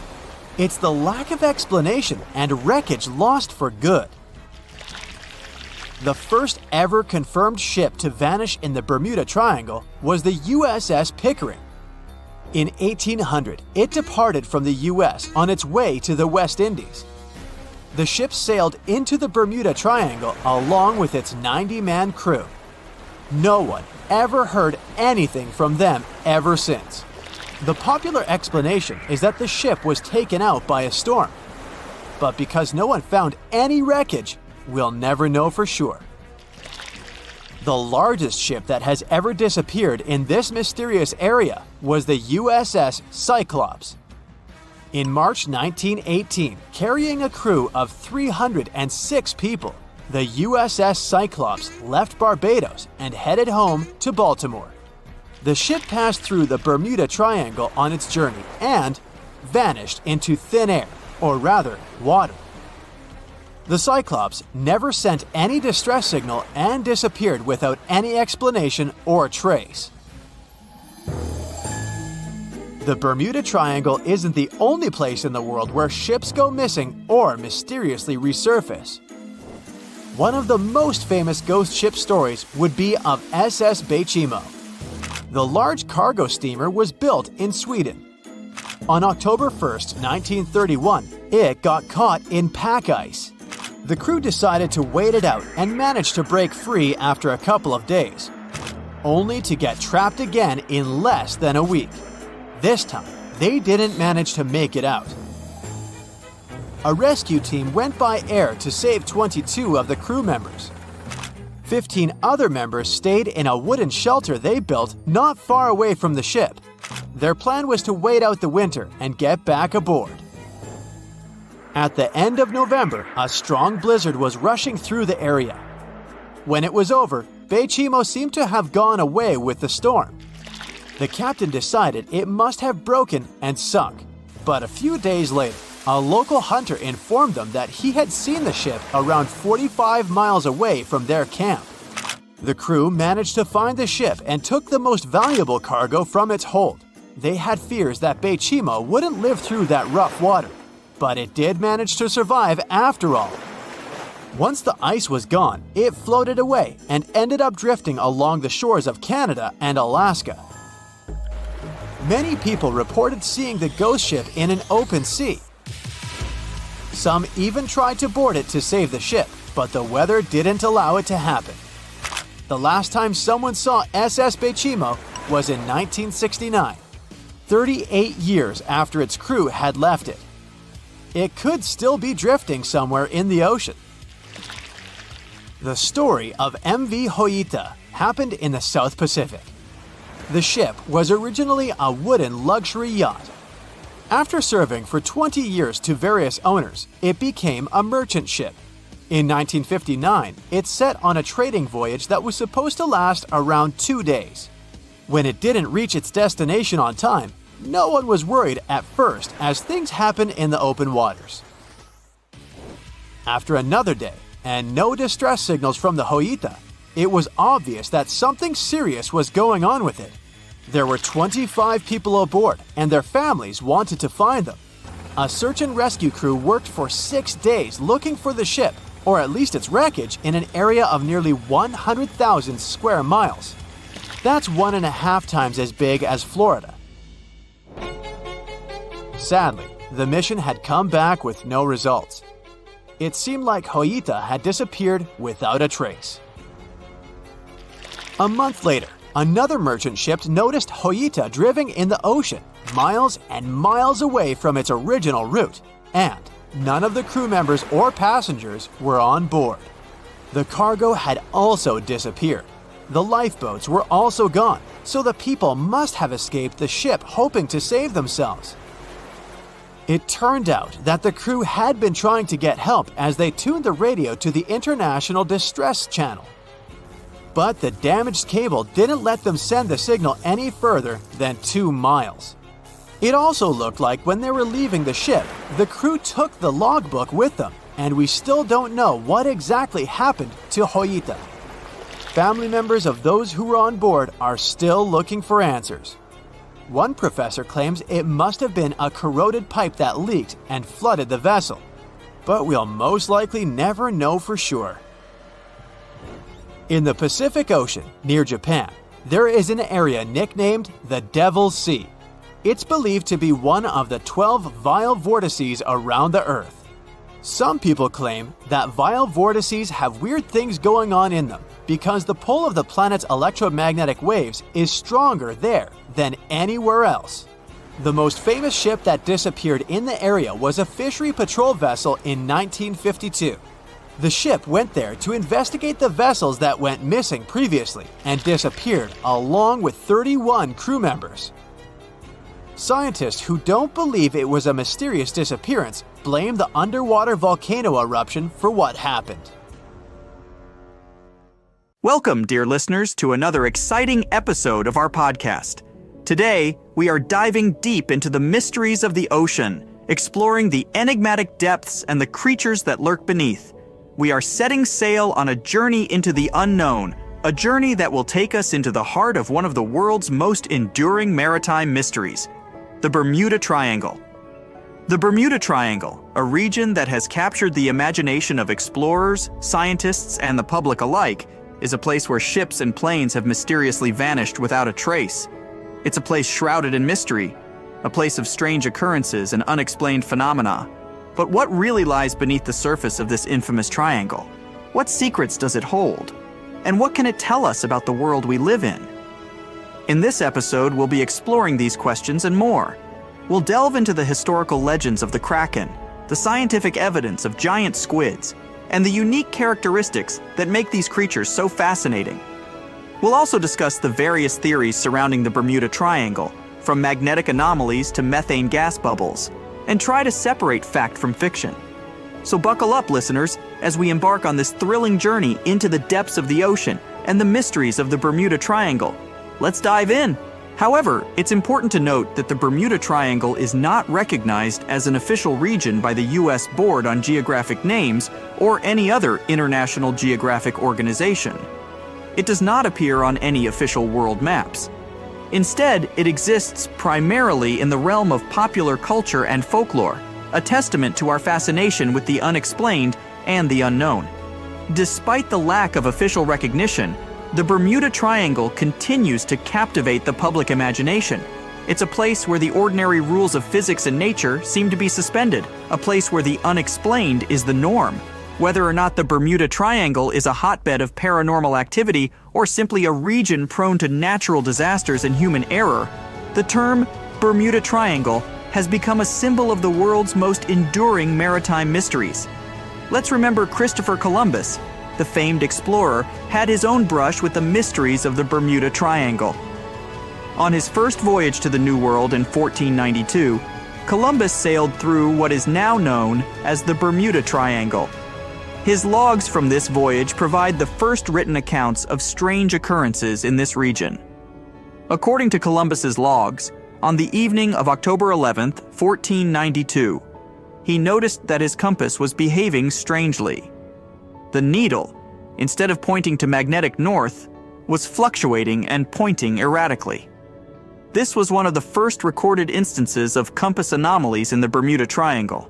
In addition to the compass anomalies, Columbus also reported seeing a strange light in the distance. He described it as a small wax candle that rose and lifted up, which to some seemed to be an indication of land. However, the light was observed 4 hours before land was sighted, and its source remains a mystery. Columbus's encounter with the Bermuda Triangle adds an intriguing historical dimension to the region's mystery. His accounts of compass anomalies and strange lights are consistent with many of the later reports of unexplained phenomena in the Bermuda Triangle. While Columbus may not have understood the significance of his experiences at the time, his logs provide early evidence of the unusual occurrences that have come to define the Bermuda Triangle. Let's talk some more about one of the most famous incidents associated with the Bermuda Triangle is the disappearance of Flight 19. This incident occurred on December 5, 1945, when 5 TBM Avenger torpedo bombers, collectively known as Flight 19, vanished during a routine training mission. The flight, led by experienced flight instructor Lieutenant Charles Taylor, took off from the Naval Air Station Fort Lauderdale in Florida. The plan was for the squadron to conduct a bombing exercise in the area, then head north over the Grand Bahama Island before returning to base. However, things didn't go as planned. About an hour and a half into the flight, Taylor reported that his compasses were malfunctioning and that he believed they were flying in the wrong direction. Despite attempts from the ground control to guide them back, the flight continued to stray off course. As the hours passed, the weather deteriorated and radio contact with Flight 19 became increasingly sporadic. The last transmission from the flight was a request for a weather check. After that, Flight 19 was never heard from again. A search and rescue mission was launched, involving hundreds of ships and aircraft.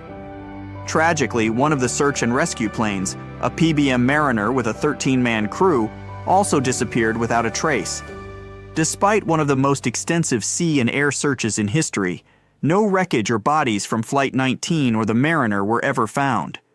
The disappearance of Flight 19 remains one of the most enduring mysteries of the Bermuda Triangle. The incident has been the subject of numerous investigations, theories, and speculations, but the fate of the 5 bombers and their 14 crew members remains unknown. The Flight 19 incident serves as a stark reminder of the Bermuda Triangle's reputation as a place where planes and ships seemingly vanish without a trace. What else can we learn? Bruce Gernon's experience in the Bermuda Triangle is one of the most documented and intriguing accounts. On December 4th, 1970, Gernon, along with his father and a business associate, were flying from the Bahamas to Miami in a Beechcraft Bonanza, a small private aircraft. As they were flying over the Bahamas, Gernon noticed a strange cloud formation in front of them. It was a lenticular, or lens-shaped cloud, which is not uncommon. However, as they approached it, the cloud began to change shape and size rapidly, forming a tunnel or vortex. Despite his initial hesitation, Gernon decided to fly into the tunnel, hoping it would provide a shortcut through the storm. Inside the tunnel, Gernon reported experiencing a sensation of zero gravity and seeing lines of white light streaking past the aircraft. His compass was spinning wildly, and his navigational instruments were malfunctioning. After what felt like only a few minutes, they emerged from the tunnel. When Gernon contacted Miami Air Traffic Control, they informed him that only 47 minutes had passed since his last radio check in the Bahamas. However, the flight should have taken 75 minutes. Somehow, Gernon and his passengers had traveled a distance of 250 miles in a time frame that seemed impossible based on their speed and the time elapsed. Gernon believes that he experienced a time warp or time dilation, a concept from Einstein's theory of relativity, which suggests that time can speed up or slow down depending on the speed at which an object is moving. While this theory is generally applied to objects moving at or near the speed of light, Gernon's experience suggests that it might also occur under certain conditions in the Bermuda Triangle. The Bruce Gernon experience is one of the most fascinating accounts of unexplained phenomena in the Bermuda Triangle. It's a story that challenges our understanding of time and space and adds another layer of mystery to the enigma of the Bermuda Triangle. Let's talk about the inhabitants of these places. The cookie-cutter shark, also known as the cigar shark, is a small but fascinating creature that inhabits the world's oceans. Despite its size, this shark has a unique and somewhat gruesome feeding habit that sets it apart from other species. The cookie-cutter shark gets its name from the distinctive cookie-like wounds that it leaves on its prey. The shark has a round mouth lined with sharp serrated teeth.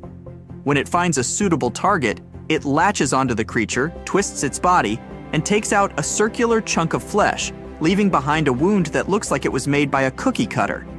While the cookie-cutter shark is small, usually only about 20 inches long, it's not afraid to take on large prey. It has been known to bite chunks out of much larger creatures, including whales, dolphins, and even submarines. The shark's dark color and its habit of living in deep water make it difficult to spot, allowing it to sneak up on unsuspecting prey. The cookie-cutter shark's unique feeding habit is a testament to the diversity and adaptability of life in the ocean. It's a reminder that even the smallest creatures can have a big impact on their environment. And while the cookie-cutter shark is not directly linked to the Bermuda Triangle, its presence in the world's oceans adds another layer of mystery and intrigue to our understanding of the sea and its inhabitants. What about natural phenomena that could be the cause? The Earth's magnetic force or magnetic field is a natural phenomenon that plays a crucial role in navigation. It's what makes compasses work, guiding sailors and pilots around the globe. However, in the Bermuda Triangle, the Earth's magnetic force behaves a little differently, leading to one of the most popular theories about the region's mysterious disappearances. In most places on Earth, compasses align with the magnetic north, which is slightly different from the geographic North Pole. This difference is known as magnetic declination, and navigators must account for it when charting their course. However, in the Bermuda Triangle, an area known as the agonic line exists. Here, the magnetic north and the geographic North Pole align, meaning there is no magnetic declination. This lack of declination can cause confusion and navigational errors. If a navigator doesn't realize they've entered the agonic line and continues to correct for declination, they could veer off course without realizing it.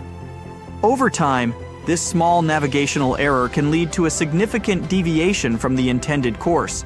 potentially leading to disaster in the treacherous waters of the Bermuda Triangle. While the Earth's magnetic force is just one piece of the Bermuda Triangle puzzle, it's an important factor to consider. It's a reminder that even natural phenomena we take for granted, like the pull of a compass needle, can behave unpredictably under certain conditions. And in a place like the Bermuda Triangle, where the stakes are high and the margin for error is small, these natural anomalies can have dramatic consequences. The Bermuda Triangle is a region known for its mysterious disappearances and unexplained phenomena. However, many of these mysteries can be attributed to the area's unique natural phenomena. One such phenomenon is the presence of large underwater methane hydrate deposits. When these deposits destabilize, they can release vast amounts of methane gas, which can reduce the density of the water.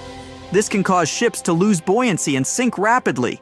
If an aircraft were flying over such an eruption, the methane could potentially cause the plane's engines to fail. Another natural phenomenon in the Bermuda Triangle is the presence of rogue waves. These are massive, unexpected waves that can reach heights of up to 100 feet. They can form quickly and disappear just as fast, making them a significant danger to ships and aircraft. Rogue waves can easily capsize ships and can even reach cruising altitudes of small aircraft. The Bermuda Triangle is also known for its severe weather. The area is frequently hit by hurricanes and tropical storms, which can cause treacherous sea conditions and sudden changes in wind speed and direction. These weather conditions can be particularly dangerous for ships and aircraft. The Gulf Stream, a powerful ocean current that flows through the Bermuda Triangle, is another natural phenomenon that can pose a danger. The Gulf Stream can cause rapid, sometimes unpredictable changes in weather. It can also create choppy sea conditions and can carry away debris, making it harder to locate a ship or plane that is sunk. While the Bermuda Triangle is often associated with supernatural phenomena and alien theories, it's important to remember that many of the disappearances in the area can be explained by natural phenomena. The ocean is a powerful and unpredictable force, and the Bermuda Triangle is a stark reminder of the respect it commands. As we conclude our journey through the mysteries of the Bermuda Triangle, we are left with a sense of awe and respect for the power and unpredictability of the ocean. From the legend of the Kraken to the enigma of the Bermuda Triangle, the ocean continues to captivate our imagination and challenge our understanding of the natural world. We've explored the tales of giant squids capable of sinking ships with their enormous tentacles. We've delved into the stories of ships and planes that vanished without a trace, leaving behind only questions. We've examined the natural phenomena that could explain these disappearances, from methane gas eruptions to rogue waves. We've also considered the role of human error and technological failures in the Bermuda Triangle's mysteries. From navigational mistakes caused by the Earth's magnetic anomalies to the potential for mechanical failures, we've seen that human factors can contribute to the region's dangers. The Bermuda Triangle serves as a reminder of the mysteries that still exist in our world. Despite our technological advancements and scientific knowledge, there are places and phenomena that continue to elude our understanding. The Bermuda Triangle is one such place, a region where the known laws of nature seem to bend and twist, creating a realm of mystery and intrigue. As we continue to explore and understand our world, let's remember the lessons of the Bermuda Triangle. For in the words of Marie Tharp, the pioneering oceanographic cartographer, "The world is a book, and those who do not travel read only one page." Ladies and gentlemen, let's cast our minds back, way back, to a time when seafaring was a perilous endeavor, a time when sailors whispered tales of monstrous creatures lurking in the unfathomable depths of the ocean. Among these tales, one creature stood out, a beast so formidable, so terrifying, that its very name struck fear into the hearts of the bravest mariners. This creature was the Kraken. The Kraken, a monstrous sea creature of colossal proportions, was said to dwell off the coasts of Norway and Greenland. It was described as a giant squid-like beast, capable of dragging entire ships into the watery abyss with its enormous tentacles. The mere sight of this creature was said to be a harbinger of doom, a sign of an impending disaster that would leave no survivors. These tales, passed down from generation to generation, were dismissed as mere sailors' yarns. the product of overactive imaginations and long, lonely nights at sea. That was until the 19th century, when science began to catch up with legend. A beak of an unknown squid, about the size of a human palm, was found on the coast of Denmark. This discovery sent shockwaves through the scientific community. Could the kraken be real? The answer, it turned out, was a resounding yes. The kraken was not just a figment of seafaring folklore, but a real creature, a giant squid. Since that groundbreaking discovery, more than 21 species of giant squid have been described, each one more fascinating than the last. The first video of this elusive creature was recorded in 2004 in the waters of the North Atlantic, not far from the infamous Bermuda Triangle. The sight of the giant squid emerging from the ocean's darkness, its tentacles reaching out in a swift, predatory attack, was a sight to behold. It was a moment that bridged the gap between legend and reality, a moment that brought a centuries-old sea monster to life. Diving into the world of giant squids, these creatures are truly a marvel of the deep sea. Their size alone is enough to inspire awe. Some records indicate that the largest giant squid ever found was a staggering 59 feet long and weighed almost a ton. That's the size of a big bus. Some scientists even believe that giant squids can reach up to 150 feet in length, almost twice the size of a basketball court. But it's not just their size that makes these creatures fascinating. Giant squids are equipped with the largest eyes in the animal kingdom, each one about the size of a basketball. These enormous eyes allow them to see prey in the pitch-black depths of the ocean, a feat that most creatures on the planet are incapable of. When a giant squid spots a potential meal, it employs its 8 limbs and 2 extra-long tentacles to secure its prey. These tentacles are covered with dozens of suction cups, each filled with sharp teeth. Once the squid has its prey in its grasp, escape is nearly impossible. The giant squid's hunting technique is one of surprise. They come from the depths, unseen from the deck of a ship or the surface of the water. But they can see their prey from afar, thanks to their exceptional eyesight. In a swift, sudden attack, they use their tentacles to ensnare their prey, bringing it to their beak-shaped mouth. Despite their size and formidable hunting skills, giant squids remain some of the most elusive creatures on Earth. They spend most of their time at depths of 1,303,000 feet, far beyond the reach of most human exploration. As a result, scientists know very little about their behavior, social life, or habits. But one thing is certain: the ocean is teeming with these incredible creatures, each one a testament to the wonders and mysteries of the deep sea. Now imagine this. You're on a ship, sailing through the vast expanse of the ocean, when suddenly, a giant squid emerges from the depths. It notices your ship, and mistaking it for food, it quickly approaches and attacks with its tentacles. With its 8 limbs and 2 extra-long tentacles, it wraps around your boat, biting the deck with the sharp teeth on each arm. The squid's surprise attack is its primary weapon. It comes from the depths, unseen from the deck of a ship, but it can see the ship from afar, thanks to its exceptional eyesight. In a swift, sudden attack, it uses its tentacles to ensnare the ship, rocking it from side to side until one of its parts sinks in the water. However, despite its size and strength, the giant squid is unlikely to sink a large metal ship. While it could potentially cause damage, it's unlikely that a single giant squid could sink a large ship that disappeared in the Bermuda Triangle. But what if there were more than one? What if a group of giant squids attacked a fleet of ships sailing through the Bermuda Triangle? In the past centuries, when ships were made of wood and were lighter, it's possible that giant squids could have sunk an entire fleet. They could have wrapped their strong tentacles around the decks, made holes in the ship's bodies with their sharp beaks, and broken the masts and torn the sails with their toothy suction cups. The ships would have sunk in a matter of minutes, leaving only survivors to reach the shore and tell tales of the monstrous creatures that attacked them. These stories could be the origins of the legends of the kraken, tales of giant sea monsters that have been passed down through generations. While we now have sonars and equipment for monitoring the sea space, the thought of giant squids lurking in the depths, ready to attack, is a chilling reminder of the mysteries and dangers that lie beneath the surface of the sea. The next topic is Bermuda Triangle, a region stretching between the points of Miami, Bermuda, and Puerto Rico, has been the subject of intrigue and speculation for decades. This area, which is one of the most heavily traveled shipping lanes in the world, has been associated with an unusually high number of ships and aircraft disappearing under mysterious circumstances.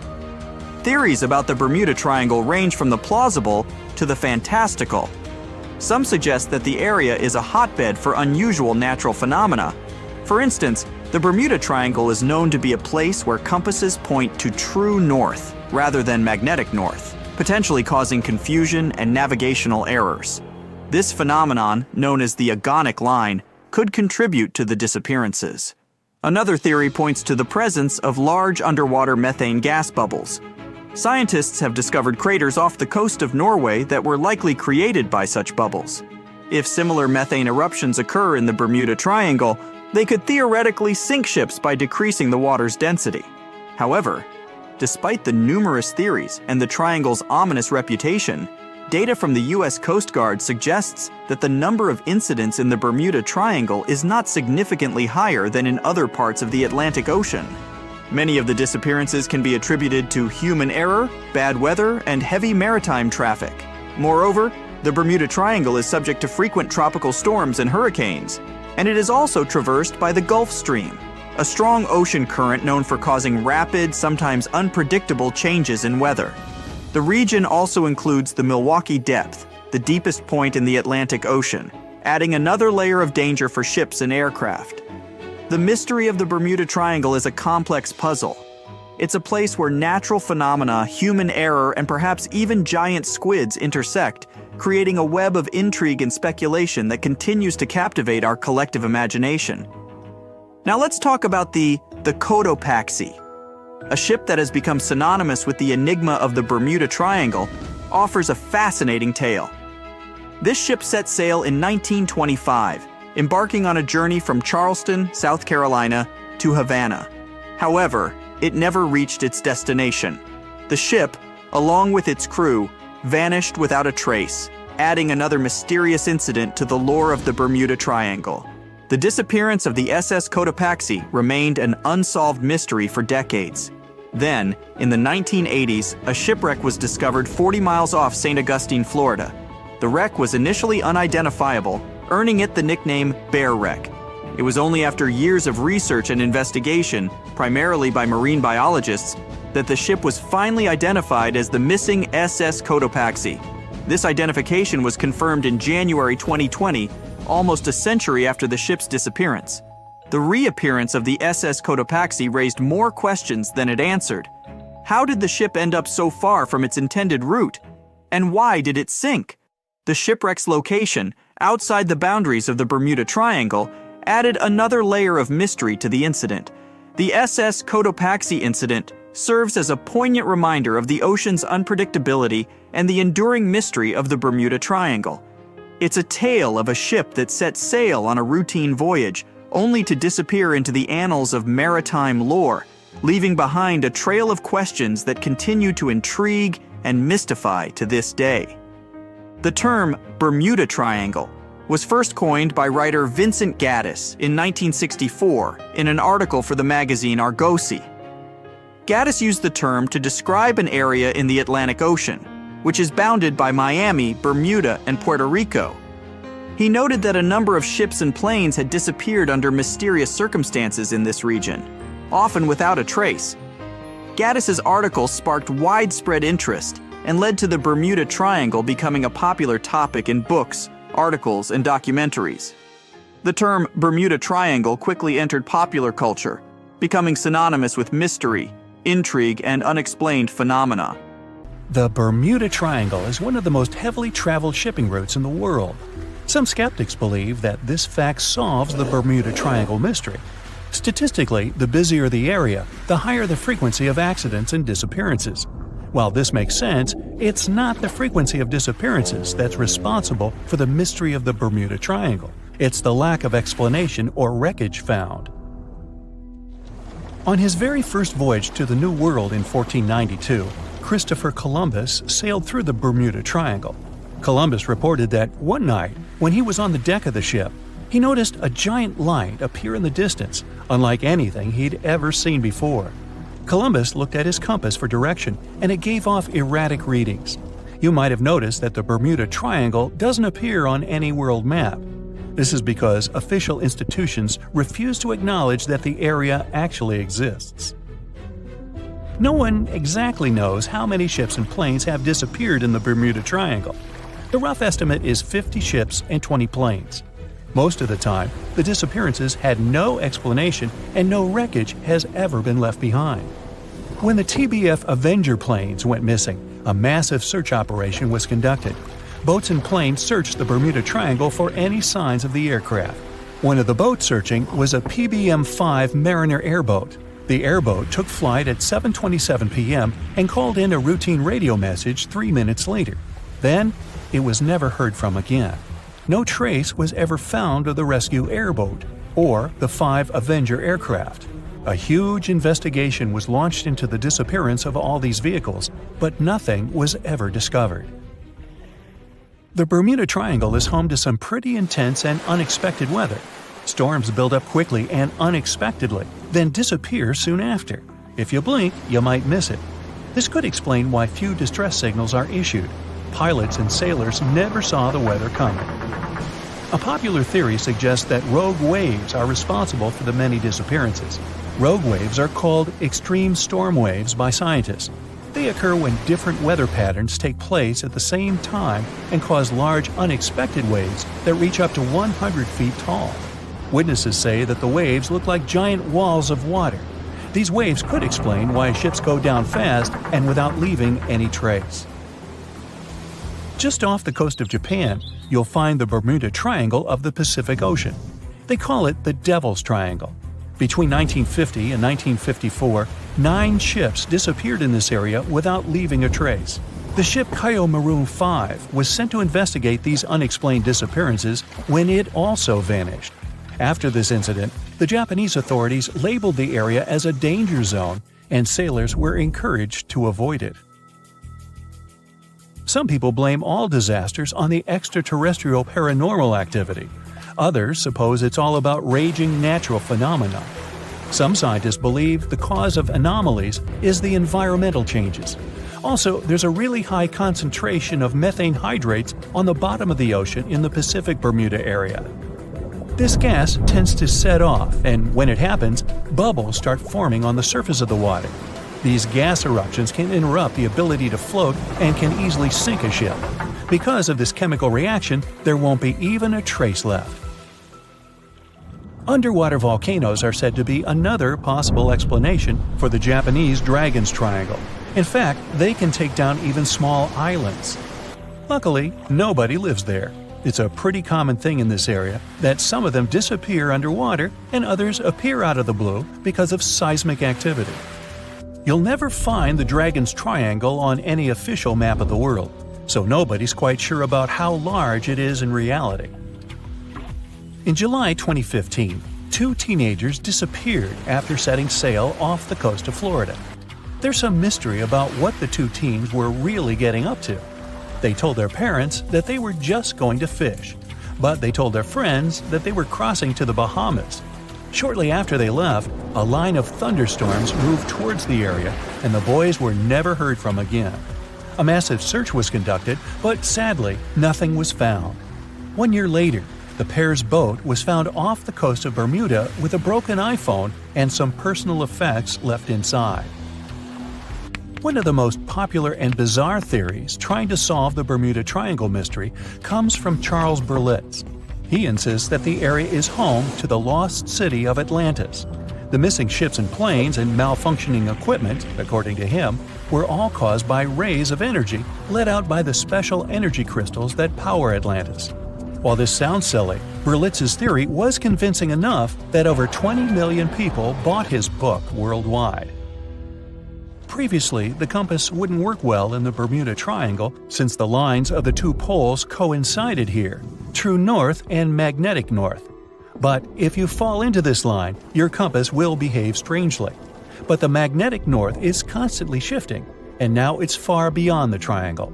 No legend says pirates of the last centuries operate in the Bermuda Triangle, or that the Flying Dutchman makes other ships disappear. A popular theory is that ships travel to the distant past or future through a time portal in the Bermuda Triangle. Fortunately, these are all myths. Just imagine hundreds of giant tentacles reaching out to a group of ships sailing through the Bermuda Triangle.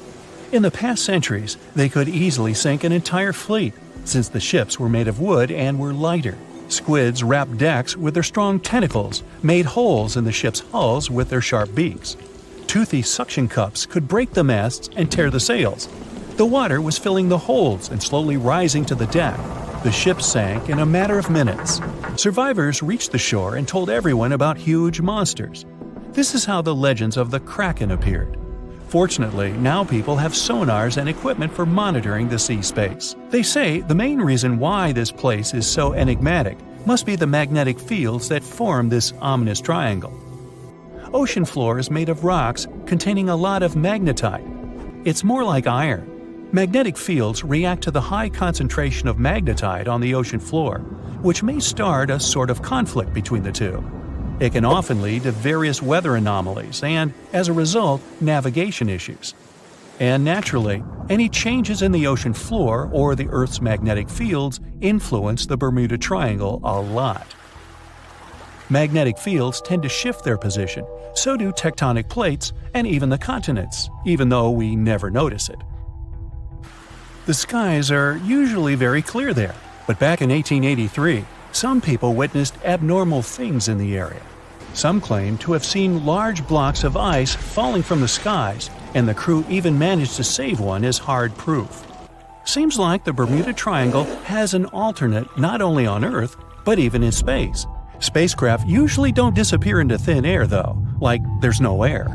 This anomalous area is really large and stretches right above the South Atlantic. It occupies the area from Chile to Zimbabwe and sits right at the point where Van Allen radiation belts are the closest to the surface of our planet. The Earth has two such belts, which come in handy trapping the particles that shoot in from the Sun. They do a great job protecting the Earth from radiation. The magnetic field there is lower, so it allows the Earth's radiation belt to come closer to the surface. Whenever a satellite passes by, it will be exposed to radiation, which might lead to serious damage. So, no satellite can take pictures of it. The South Atlantic anomaly is part of the Earth where natural radiation just flows out of control. Still, there is little evidence that all these triangles are really dangerous. Many believe the Bermuda Triangle itself has been proven time and again to be nothing but a work of fiction. In fact, some shipwrecks, such as the Ellen Austin, gained popularity in the middle of the 20th century, while nobody even thought of drawing a triangle in the Bermuda area before that. The mystery was popularized by science fiction writers and became a common myth, while no serious research proved it any more dangerous than other parts of the world's ocean. So, the crew of the Ellen Austin back in 1881 weren't even aware of the Bermuda Triangle back then, let alone afraid of it. What do you think?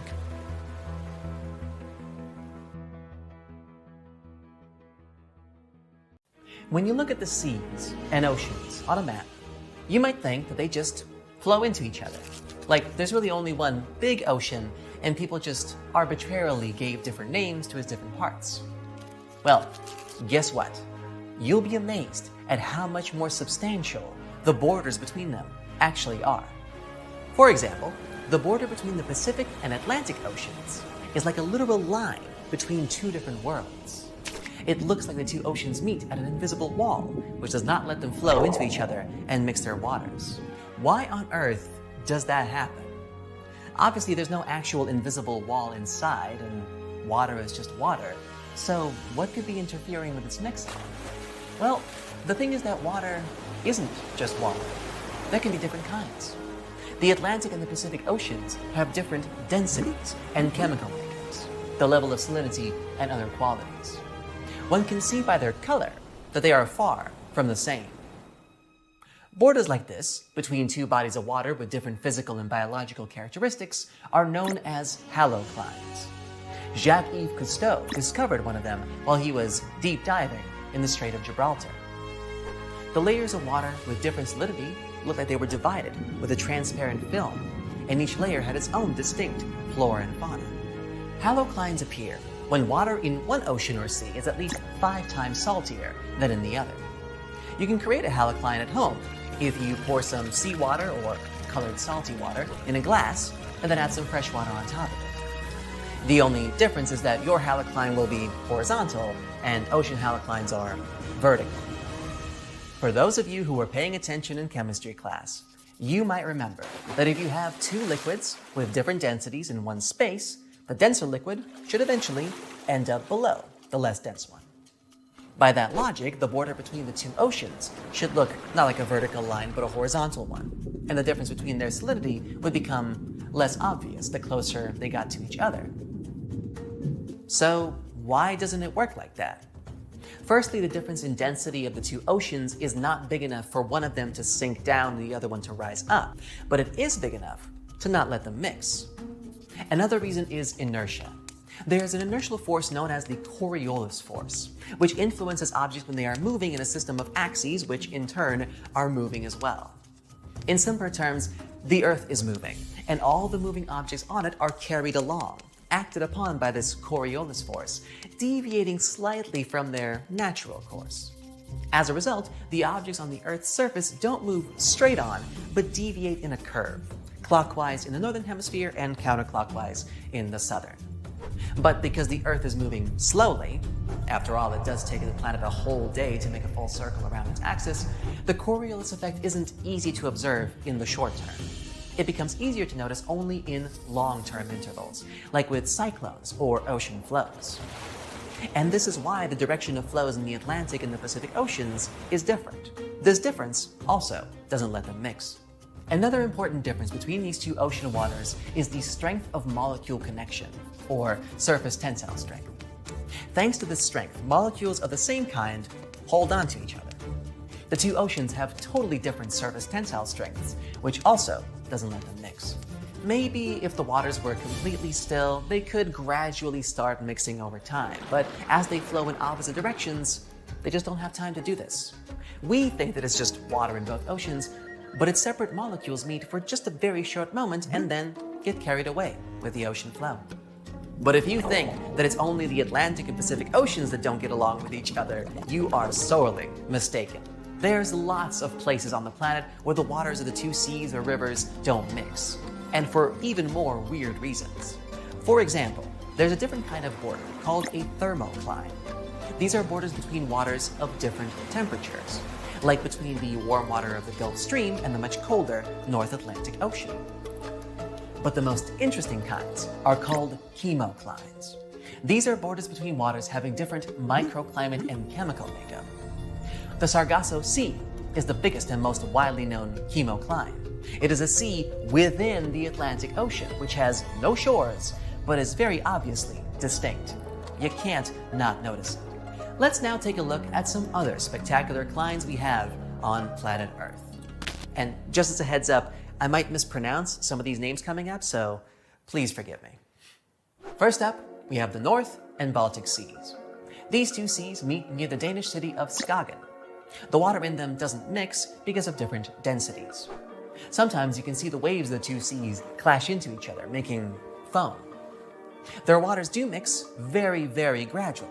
That's why the Baltic Sea is slightly saline. If there had been no water coming to it from the North Sea, it would have just been a freshwater lake. Next up, the Mediterranean Sea and the Atlantic Ocean. They meet at the Strait of Gibraltar and have both a different density and salinity. So there's 2 reasons their waters don't mix.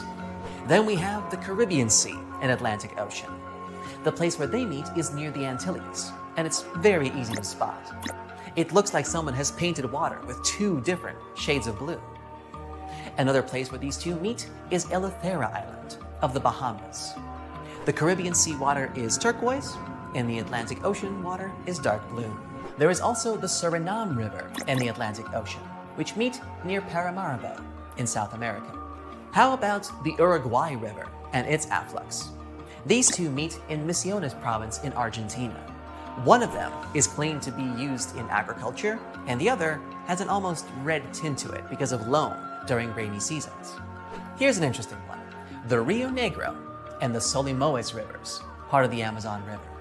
6 miles from Manaus in Brazil, the Rio Negro and Solimões rivers flow into each other, but don't mix for about 2.5 miles. The Rio Negro is dark and the Solimoes is light. They have different temperatures and speeds of flow. Then there's the Moselle and Rhine rivers, which meet in Koblenz, Germany. The water in the Rhine is lighter than that of the Moselle. Okay, how about 3 different bodies, like the Ilz, Danube, and Inn rivers? The junction of these 3 rivers is in Passau, Germany. The Ilz is a small mountain river to the left, the Danube is in the middle, and the Inn is a light river to the right. The Inn is wider than the Danube here, but is still its afflux. Take a look at the Alaknanda and Bhagirathi rivers, which meet in India. Alaknanda is dark and Bhagirathi is light. I really hope I got those right. The Irtysh and Ulba rivers flow into each other in Kazakhstan, near the city whose name is Ust-Kamenogorsk. The Irtysh has clean water, and the Ulba's water is cloudy. Moving further east, the Jialing and Yangtze rivers meet in Chongqing, China. I really hope that's close at least. The Jialing is clean and the Yangtze is brown. The Irtysh River actually has another intersection with the Om River. These 2 rivers flow into each other in Omsk, Russia. Here, the Irtysh is cloudy and the Om is pure and transparent. Speaking of Russia, the Chuya and Katun rivers meet in the Altai Republic. The water of the Chuya has an unusual cloudy white color here and looks dense and thick. The Katun, by contrast, is clean and turquoise. Flowing into each other, they form a single 2-colored stream that does not mix for some time. On the other side of the globe, we have the Green and Colorado rivers. The place of their junction is National Park Canyonlands in Utah, USA. The Colorado River is brown and the Green is, well, green. The corridors of these rivers go through rocks with different chemical makeup. That's why they have such a big contrast of colors. Last but not least, we have the Rhone and Arve rivers. They flow into each other in Geneva, Switzerland. The Rhone is a pure river that flows out from the lakes of Geneva, while the Arve is cloudy and gets its water from the glaciers of the Chamonix Valley. This is by no means an exhaustive list of all the strange climes on our beautiful planet, but as you can see, it happens a lot more often than you think. These are the kinds of environmental oddities that can really teach you about the way the natural world works. If you're curious enough, of course. Thanks for watching. Oh, and let me know how well I did with the pronunciations. Constructive feedback is always helpful. In 1945, 5 TBF Avenger aircraft took flight for a routine training exercise around the Bermuda Triangle. In the middle of the exercise, the planes were struck by intense rain and heavy winds, despite the clear weather forecast. The pilots became extremely disoriented and radioed the base to report that their navigational equipment had stopped working. The last thing the base heard was, "When the first plane drops below 10 gallons, we'll all go down together," and then static.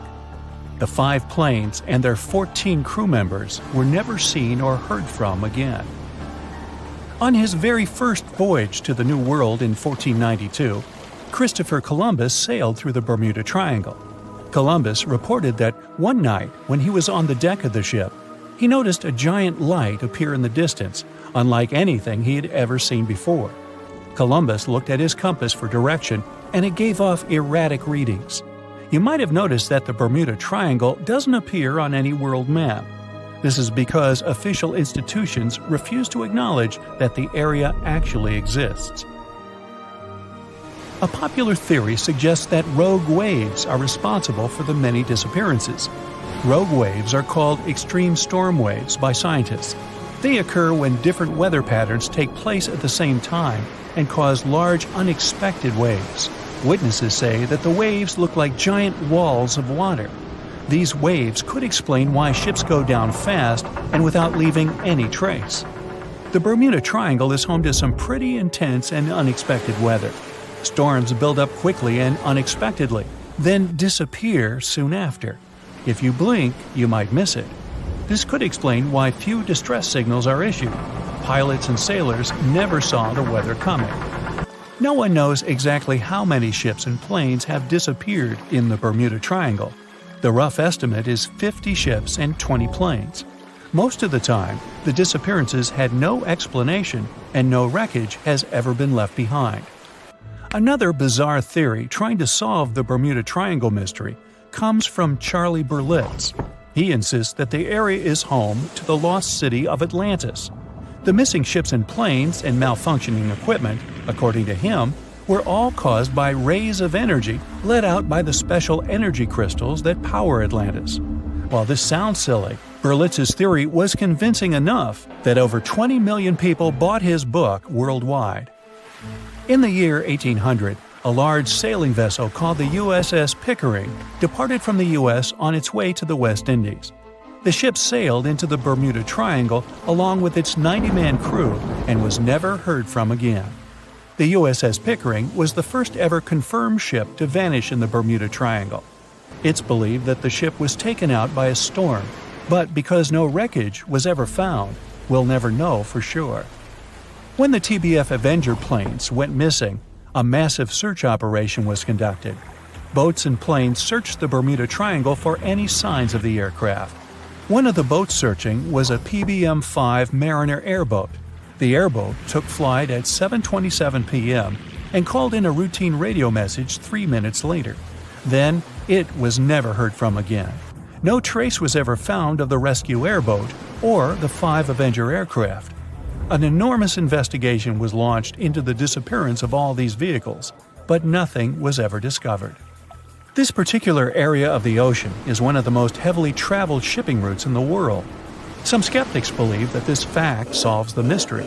Statistically, the busier the area, the higher the frequency of accidents and disappearances. While this makes sense, it's not the frequency of disappearances that's responsible for the mystery of the Bermuda Triangle. It's the lack of explanation or wreckage found. On the ocean floor, decomposing organisms let off large concentrations of methane gas that gets trapped under the water. This gas can build up until, boom, it ruptures. The gas surges up to the surface and erupts. If a ship was in the area of one of these ruptures, the water would become much less dense and cause the ship to sink rapidly and without warning. Scientists believe this could be the cause of the many disappearances in the Bermuda Triangle. While this theory makes a lot of sense, it doesn't seem too likely.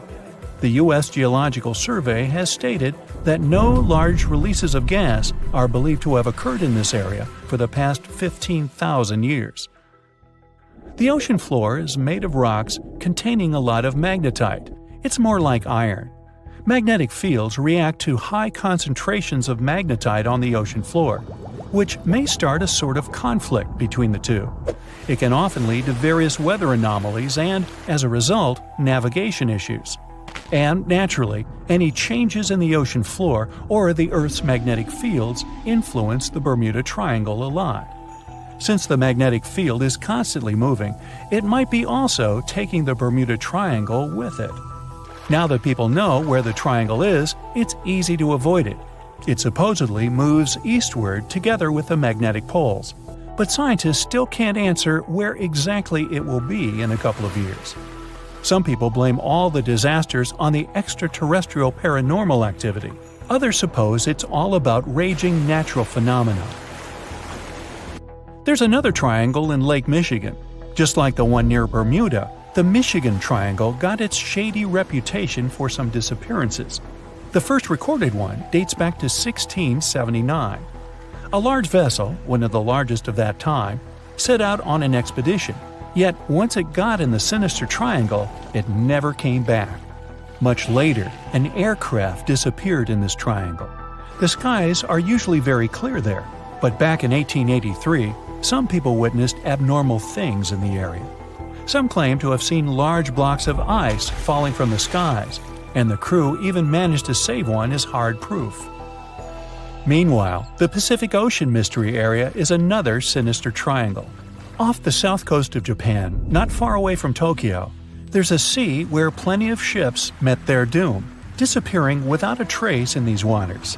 They call it the Devil's Triangle. Some scientists believe the cause of anomalies is the environmental changes. Also, there's a really high concentration of methane hydrates on the bottom of the ocean in the Pacific Triangle area. you're deviating from your original course and sailing in the wrong direction. There's the Caribbean Sea near the triangle, peppered with small islands. The seafloor here isn't deep. The ship can get in shallow waters. And now the ship is stuck on a shoal, and you have no idea where you are. If this were the 21st century, the ship's captain would be able to reach the shore using GPS and other modern navigation. But the most interesting thing is that the compass would work correctly this time, since the magnetic North Pole hasn't already coincided with the true one for a long time in the territory of the Bermuda Triangle. The agonic line is somewhere far away from here. There are no problems with navigation now, but for some reason, this is where ships disappear. In fact, not just here. Throughout the Atlantic Ocean, there are places where many more ships were gone. The Bermuda Triangle is not even in the top 10 of such places. One of the main reasons why many ships are lost here is that one of the most popular shipping routes in the Atlantic passes through the Bermuda Triangle. And the more ships in one place, the more shipwrecks. Simple probability. Then, it just starts getting weird. Other theories say that there's a space-time rift in this region. Ships and planes fall into this rift and end up in the past or the future. But for some reason, there's not a single proof of this myth. There's no reason to think that the rift is hidden somewhere here. The base of an extraterrestrial civilization is located in the Bermuda Triangle. Visitors from other galaxies steal sea vessels along with the crew, so no one finds the wreckage of the ships. This is also a popular myth that has no scientific justification. The Kraken lives somewhere in the triangle. It's a huge squid that sinks ships and also is a legend that sailors tell each other. However, gigantic squids live in the depths of the ocean.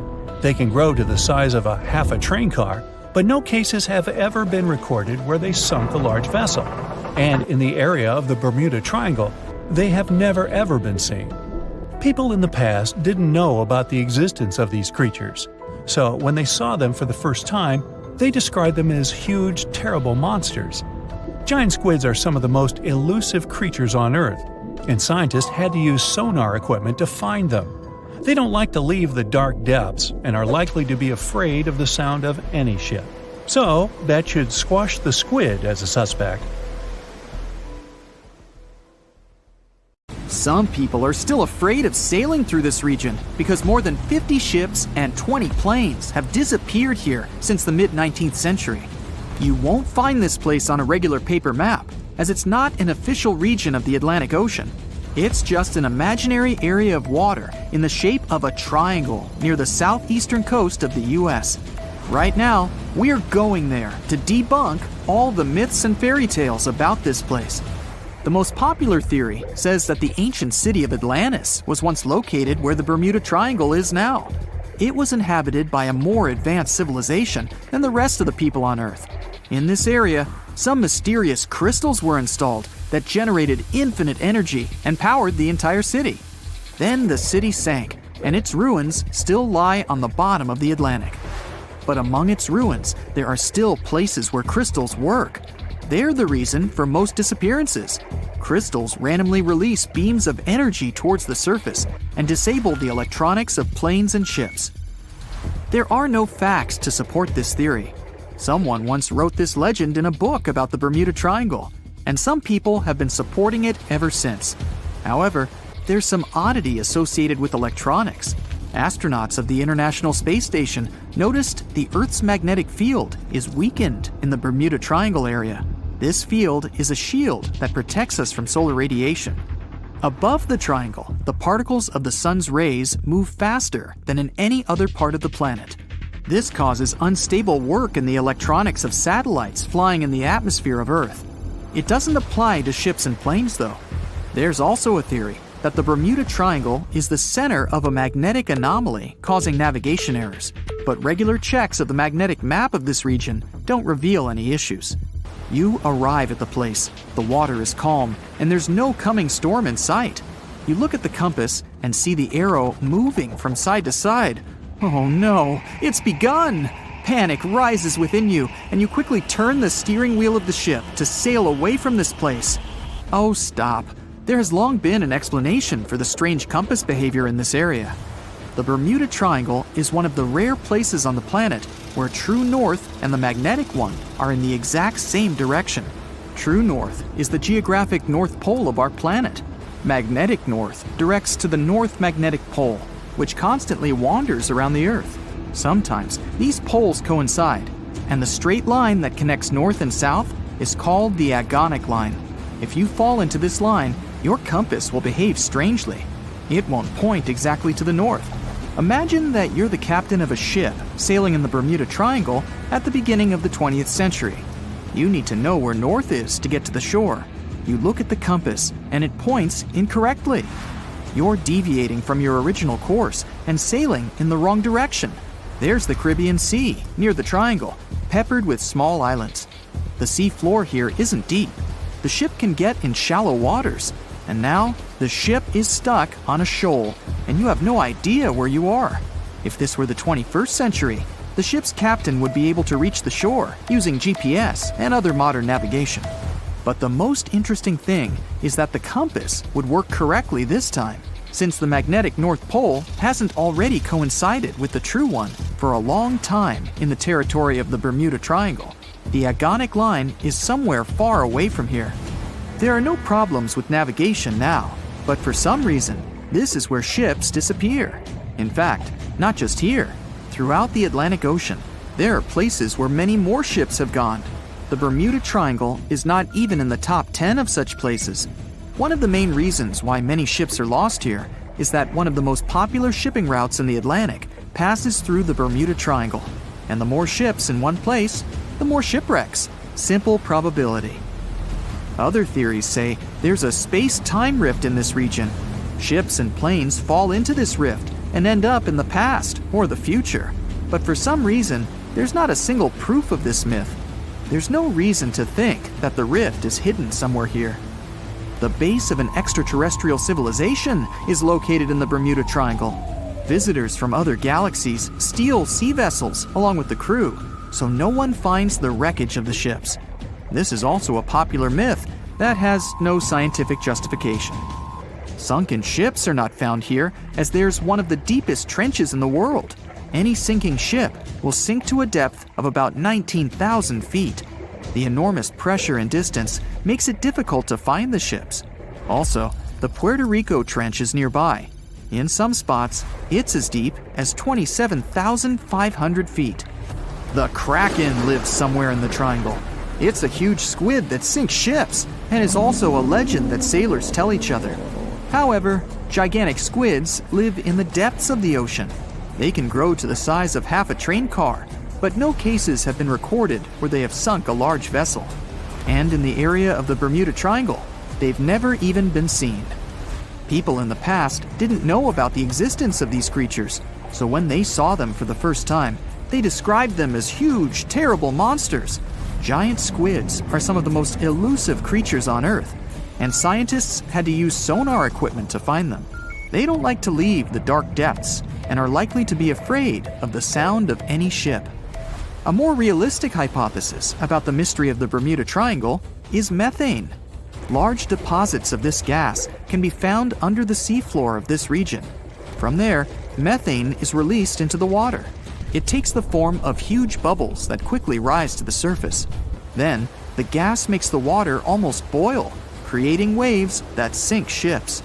The theory is quite realistic, but numerous studies still haven't confirmed the presence of an increased concentration of methane in the region.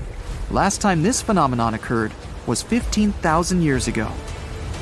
Another credible theory implies the appearance of rogue waves. Imagine a clear, calm sea without wind. Suddenly, you hear a loud hum. In just a few seconds, a huge wave, 100 feet tall, appears from the calm surface and falls on your ship. Some scientists believe rogue waves are created by a surface sea current colliding with a strong headwind. There's a version claiming the wave is born because of the collision of warm and cold currents. But the most interesting theory says the waves are formed by kinetic vampirism. Under certain natural conditions, waves can exchange kinetic energy. And among all the waves, there will be one, the vampire, that gets the energy of all the others. When it accumulates enough energy, the vampire wave spills it out. This explains the force of the impact and its sudden disappearance. This phenomenon is observed in all the waters of the world's oceans, but there's no evidence that it occurs most often in the Bermuda Triangle. If rogue waves appeared there, it was not during a calm. A restless sea is the main reason for ship disappearances in the Bermuda Triangle. Severe storms and hurricanes are a frequent thing there, because the Bermuda Islands is an area of high pressure that diverts thunderstorms towards the triangle. Huge waves simply overturn ships, and thunder and lightning flashes disable planes' electronics. There's nothing mysterious about this. Storms and ship disappearances occur in all oceans, but a lot of legends were made exactly about the Bermuda Triangle. It all started in the middle of the 20th century when a book was published that tells us that Atlantis lies in the waters of the triangle. No proof was given, but people liked this mysterious theory so much, they began to build upon it. They started making documentaries about it and writing new books. Each material devoted to the fantastic nature of the triangle was based not on facts, but the theories of other written books and films. And when a topic is popular, you can make money on it. Readers enjoy it, and authors are rewarded.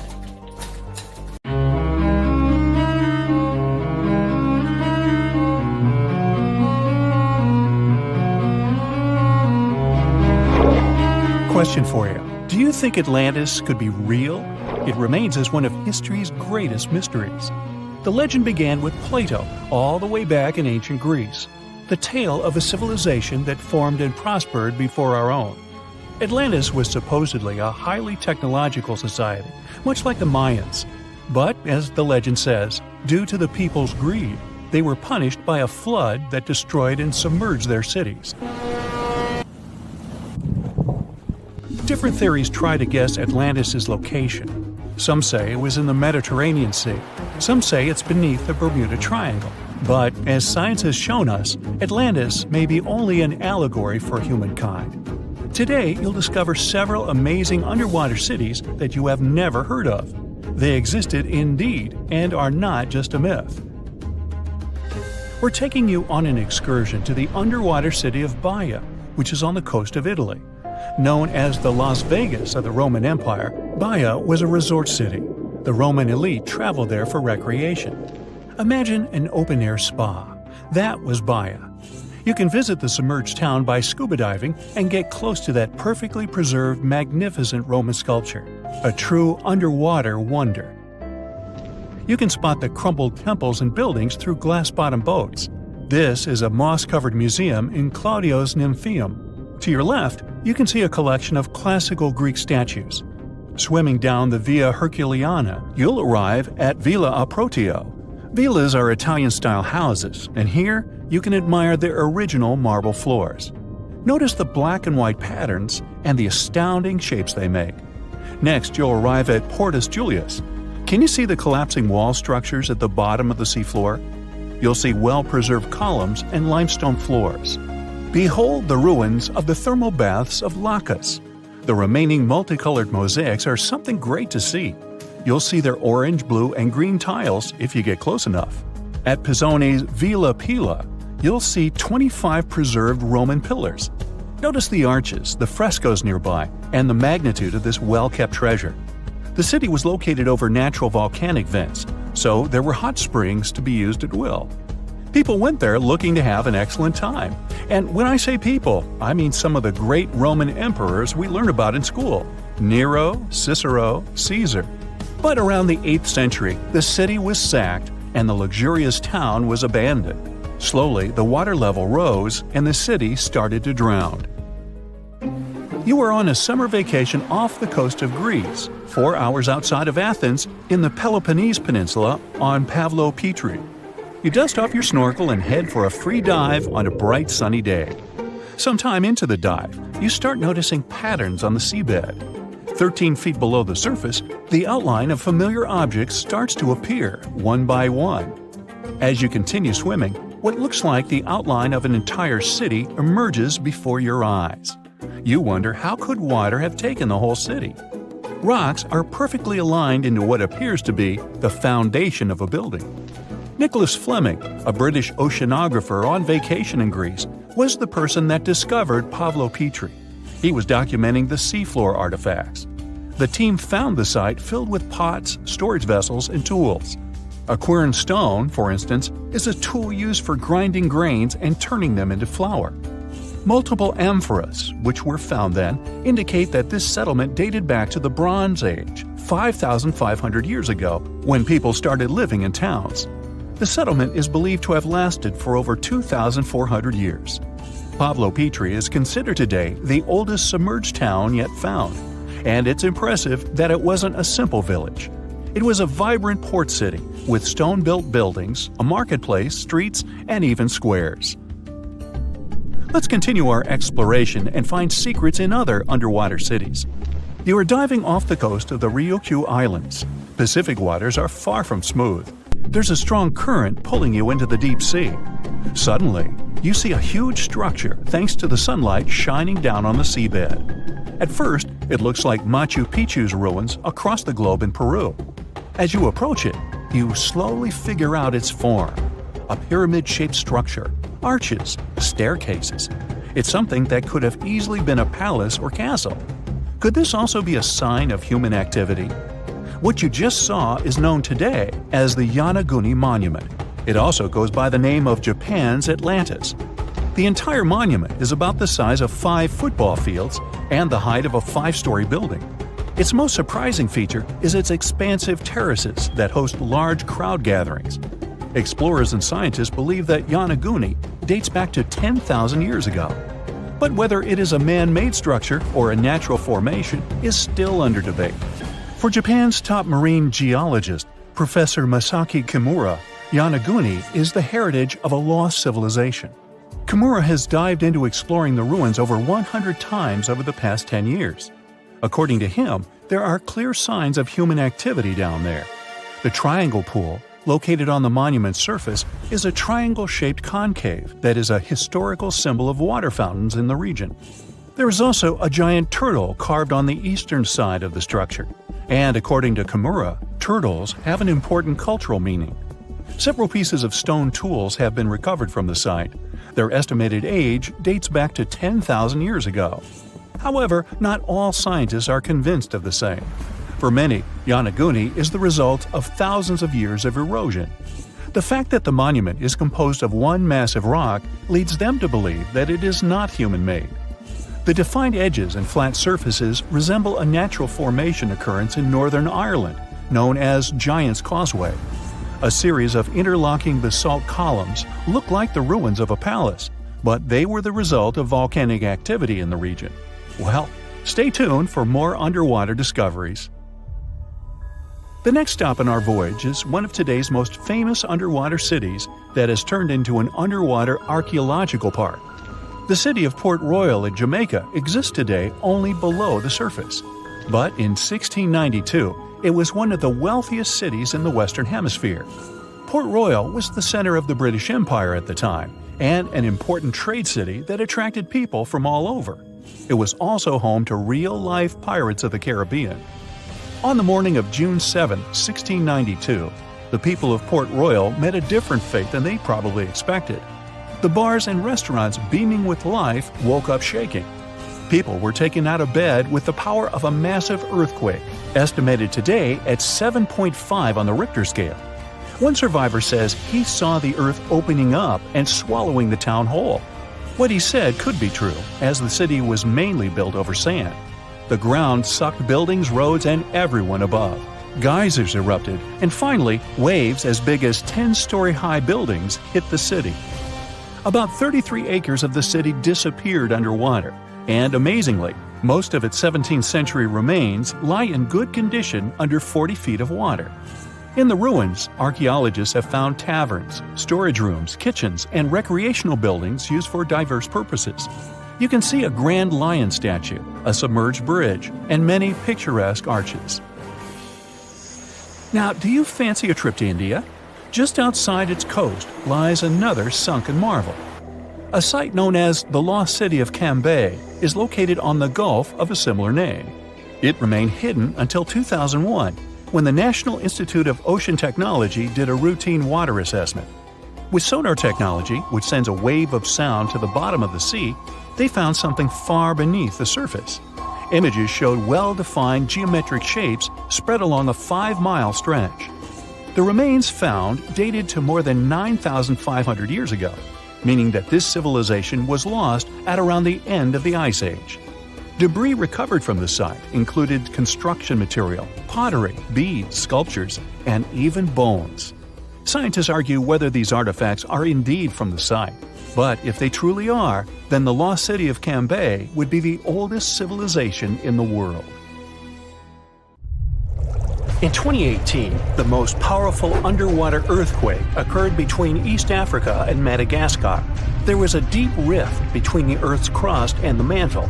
Hundreds of thousands of tons of magma came out on the surface of the ocean floor. After that, a huge underwater volcano with a height of 2,700 feet was formed near the coast of Madagascar. This is almost twice the height of the Empire State Building, and all this is hidden under the water. French scientists studied this place since it had regular seismic activity. When the geologists went on an expedition to the coast of Madagascar, they discovered this giant underwater rock, which was not here until recently. With the help of geological equipment, they discovered the earthquake happened deeper than usual, below the Earth's crust. Geologists created a special observatory to monitor the situation at this site in real time. Between February and May 2019, they recorded about 17,000 seismic activities below the ocean floor. Scientists had never recorded such deep earthquakes. This suggests that there are reservoirs and drainage systems inside our planet through which magma flows. It's like the veins and vessels of a living organism. The volume of lava the volcano spews at this place can be compared with the volcanic eruptions in the hottest spots of Earth. Perhaps this is one of the most catastrophic, but at the same time, beautiful events in nature over the past few years. To understand what can be beautiful about this, let's first figure out what an underwater volcano is and how it works. Inside our planet, there are incandescent liquid metals and molten rocks containing almost all the chemical elements from the periodic table. All this hot substance is called magma, which constantly flows in the planet's bowels. Anyway, magma is lighter than the surrounding Earth's crust, so it always tries to break out upwards. Fortunately, the surface of our planet is strong enough and doesn't allow magma to splash out. But sometimes it happens, and here's why. The Earth's crust consists of many solid parts, tectonic plates. These plates collide with each other because of movement. Imagine a massive picture of puzzles. Each detail of this puzzle is a tectonic plate, and they all are constantly moving. Sometimes one puzzle gets unhooked from another. When this happens, magma immediately spills out of the resulting gap. And these places of faults with flowing magma we call volcanoes. When such a volcano erupts, a new geology begins. A splash of magma shakes the ocean floor. Lava and ash erupt from the inside of our planet. It causes a release of destructive energy of incredible power. But thanks to the water, such a catastrophe can go unnoticed. More than 70% of the seismic activity associated with volcanoes occurs underwater, and almost no one notices it. But inside the water, there's a total mess. Lava heats the water and destroys the seabed. The ocean in this area boils, and large air bubbles rise up. But the enormous pressure of hundreds of millions of gallons of water suppresses the volcano's destructive power. Molten rocks of the Earth's crust are pressed against the seabed. The ocean blocks the consequences of the disaster, but sometimes the eruption gets to the surface. Such a case occurred in 2012. Vast pieces of pumice, the size of a van, began to float up in the southeastern Pacific Ocean. There were hundreds, even thousands of them. It was more like a group of unknown islands. Volcanic rocks scattered in the ocean over an area twice as large as New Zealand. Scientists used deep-sea sonar apparatus on the remote control to determine the full scale of the disaster. They studied the seabed for a long time and found 14 craters that released lava. The researchers saw that more than a third of the erupted volcanic material surfaced and scattered throughout the ocean. The rest was scattered along the bottom. It destroyed all marine life in the area. However, after the eruption of volcanoes, life is reborn like a phoenix from the ashes. Volcanic ash, lava, and soil around the volcano contain many useful elements and minerals. They nourish the soil and promote the development of microorganisms not only on land but also in water. That's why there's so much vegetation, flowers, and trees around volcanoes. And underwater volcanoes can eventually form natural islands. This is a long process, resulting from which a large piece of land comes out of the water. When magma goes out, the water immediately presses it to the seabed. The eruption can go on for a long time. The released magma raises the level of the seabed. After another 100, maybe 1,000 years, a new eruption begins. New magma flows lay a new layer on the surface of the previous one. Over millions of years, layer by layer, the volcano has been growing. It's slowly rising up because of constant eruptions. Some volcanoes may go out forever, and some continue to erupt. And then, one day, the level of volcanic rock reaches the surface in the form of a huge island. After many more years, the volcano may go out, and then life appears on the formed island. The destroyed seabed area is filled with animals, trees, flowers, and plants. These volcanic islands have unique ecosystems because they develop separately from all continents. Observing such islands helps scientists understand how life on Earth was born. There are hundreds of islands around the world that have appeared because of eruptions of underwater volcanoes. You can find them in Hawaii, Indonesia, and Iceland. Many of them are inhabited by people. They build villages and small towns there. The ground on such islands is fertile. Fruits and vegetables grow there. The water is filled with fish. Such places may seem like paradise, but at the same time, it's dangerous to live there because the volcano may wake up.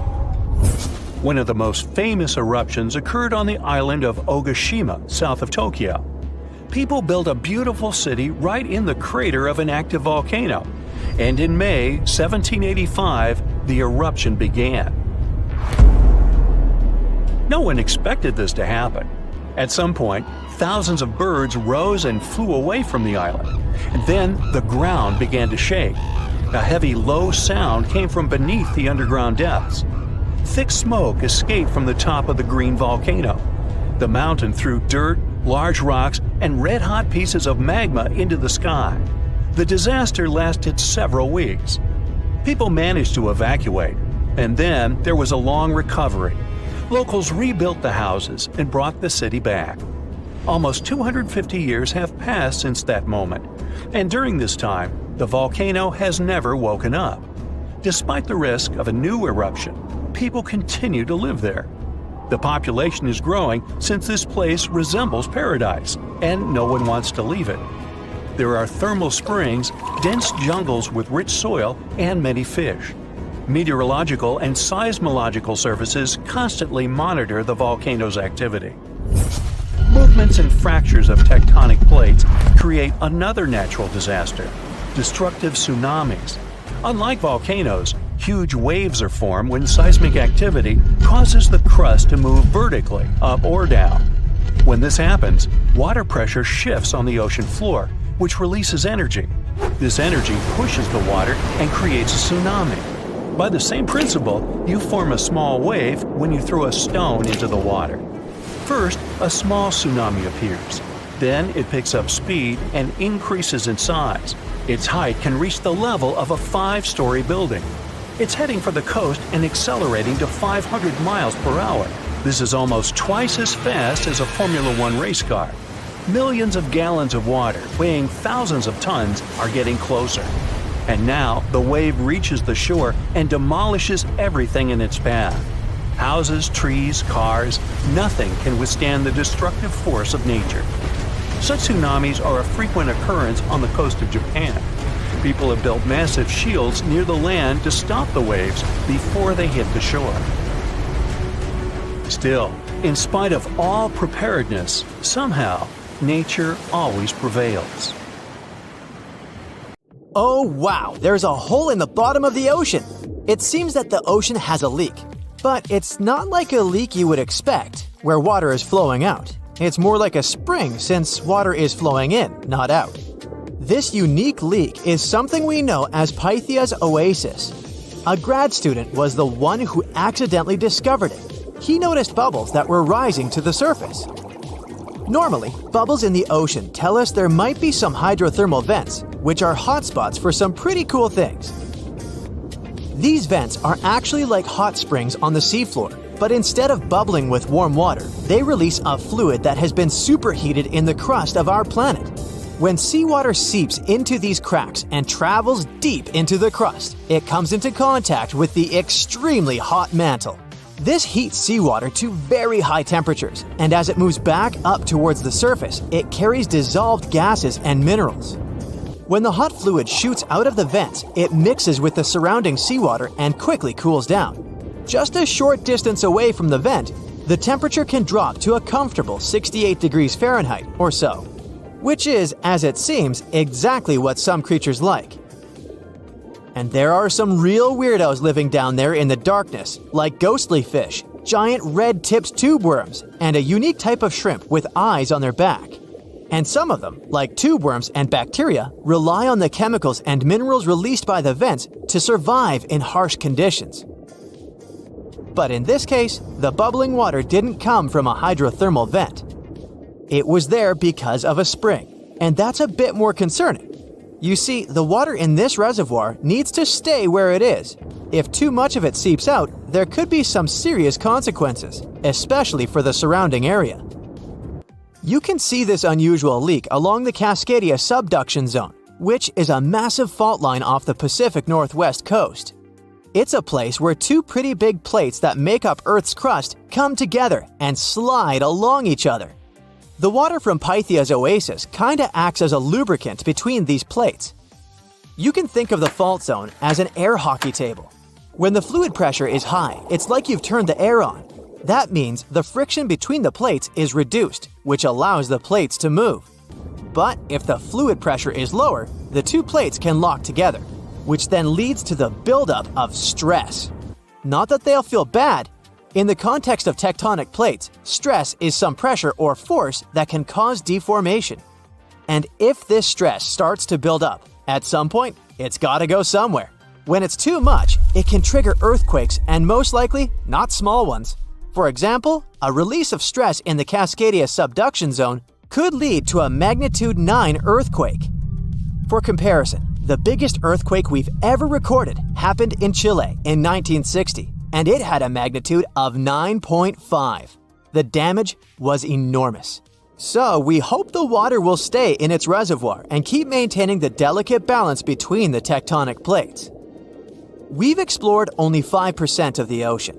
Who knows how many cool things are there at the bottom, waiting to be found? For example, check out these mysterious holes scientists have stumbled upon in the depths of the Atlantic Ocean, near the Azores. They're neatly aligned and are about 4 inches apart, or in some cases, even several feet. They resemble punctures left by a sewing machine. Some think these holes could have a biological origin. For instance, some fish may have made them while walking along the seafloor. Others believe we could be looking at something that's human-made, maybe left by a spiked tire. Of course, such holes are perfect for making up stories about creatures from other planets who allegedly made them. Or maybe even legendary monsters, like that one from Loch Ness. It's definitely hard to explain such symmetry of the holes, but one deep-sea biologist offered a pretty good explanation. He said there could be an animal burrowing beneath the sediment, and from time to time, it could make little chimneys just to get access to clean water circulation in its small burrow. I mean, there are sediment piles around the opening of each hole, and they do support the idea that something pushed the soil from below.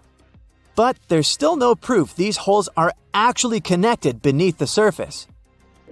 And there are also a lot of things hidden at the bottom of the oceans and seas that ancient civilizations left us. For instance, archaeologists made a really cool discovery off the southern coast of Croatia. a road hidden under layers of sea mud that's 7,000 years old. They found the ancient road at the sunken Neolithic site of Solene. The site of Solene was a human-made island in ancient times, and an archaeologist discovered it 2 years ago. He was studying satellite images of the area around Korčula, one of the beautiful Croatian islands. When he realized there could be something interesting at the bottom of the sea, he dove into the water with his colleague.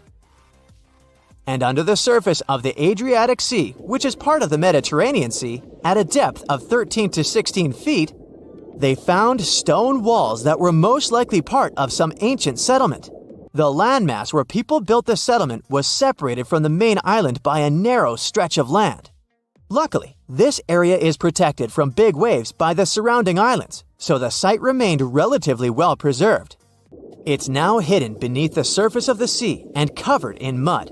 But it's so exciting to imagine how people walked on that road nearly 7,000 years ago, visiting nearby settlements. If you want to see the weirdest creatures, you can always head to the bottom of the sea. Actually, scientists have determined there could be more than 30 potentially new species at the bottom of the Pacific Ocean. They've collected them using their remote-controlled vehicle. That's a big step because until recently, they could only study such creatures through photographs. I'm talking about segmented worms, different types of coral, some invertebrates similar to centipedes, and many others. But there are also many old freaky creatures that we already know about that look like they came from sci-fi movies. Red octopus, blobfish. Okay, this one kinda looks normal until you raise it to the surface. The goblin shark, Sloane's viperfish, zombie worms. Ugh. Yeah, I hear ya. Let's move on. The seafloor hides things from space too. There are traces of rare forms of plutonium and iron at the bottom of the Pacific Ocean. And what's awesome is that all this has come from space. These radioactive materials probably formed during some kind of cataclysmic event in space and eventually made their way out to our beautiful home planet. And this extraterrestrial debris most likely appeared on Earth within the past 10 million years. After it fell to the Pacific Ocean and settled at a depth of almost a mile, it became part of all those layers of rock down there. Plutonium is especially exciting for scientists.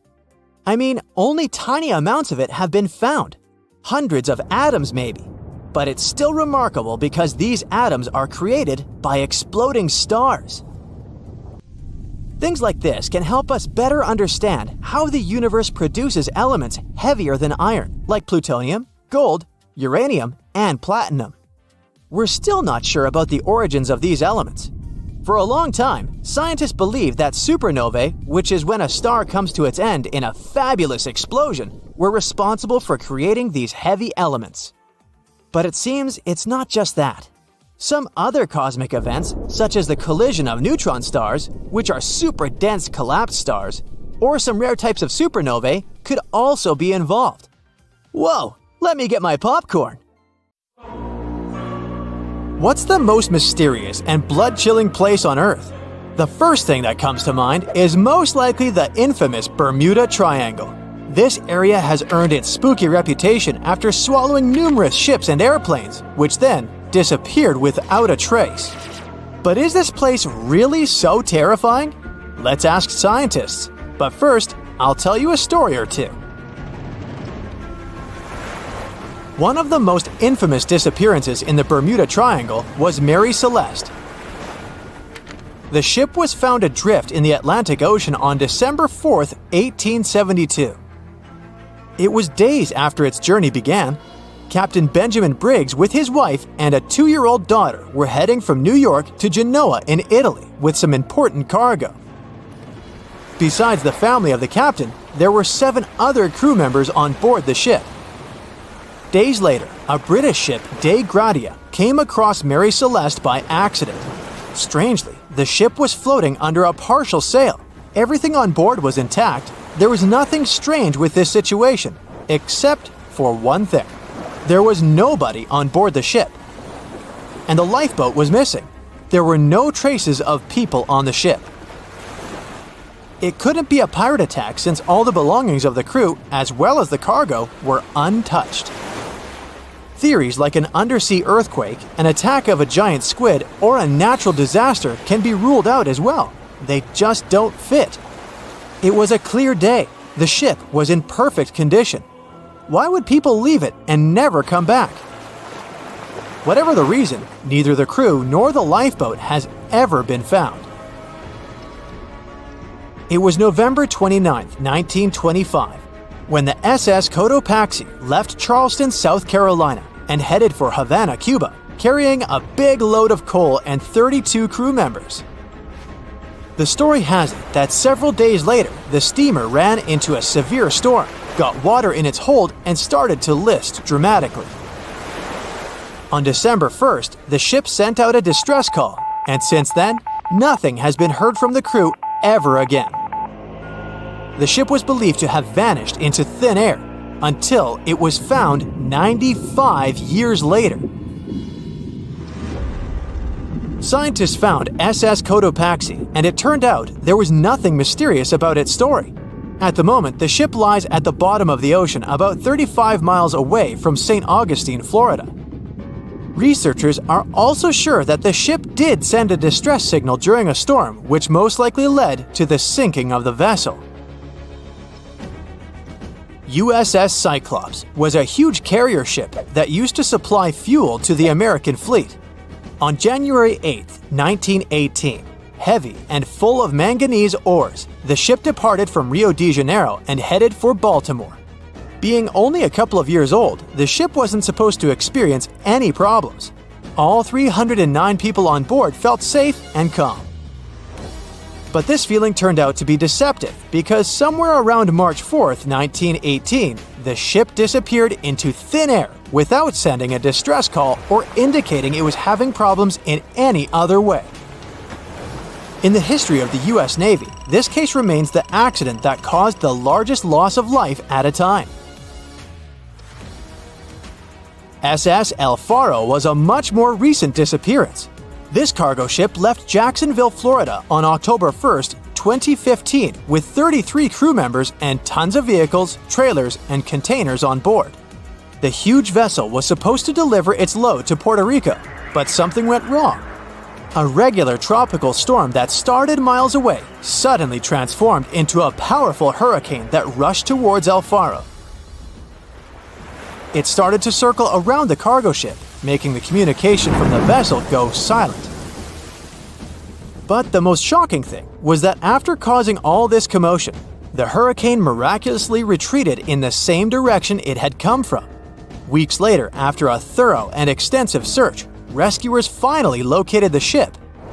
It was still in one piece and sitting upright on the bottom at a depth of 15,000 feet.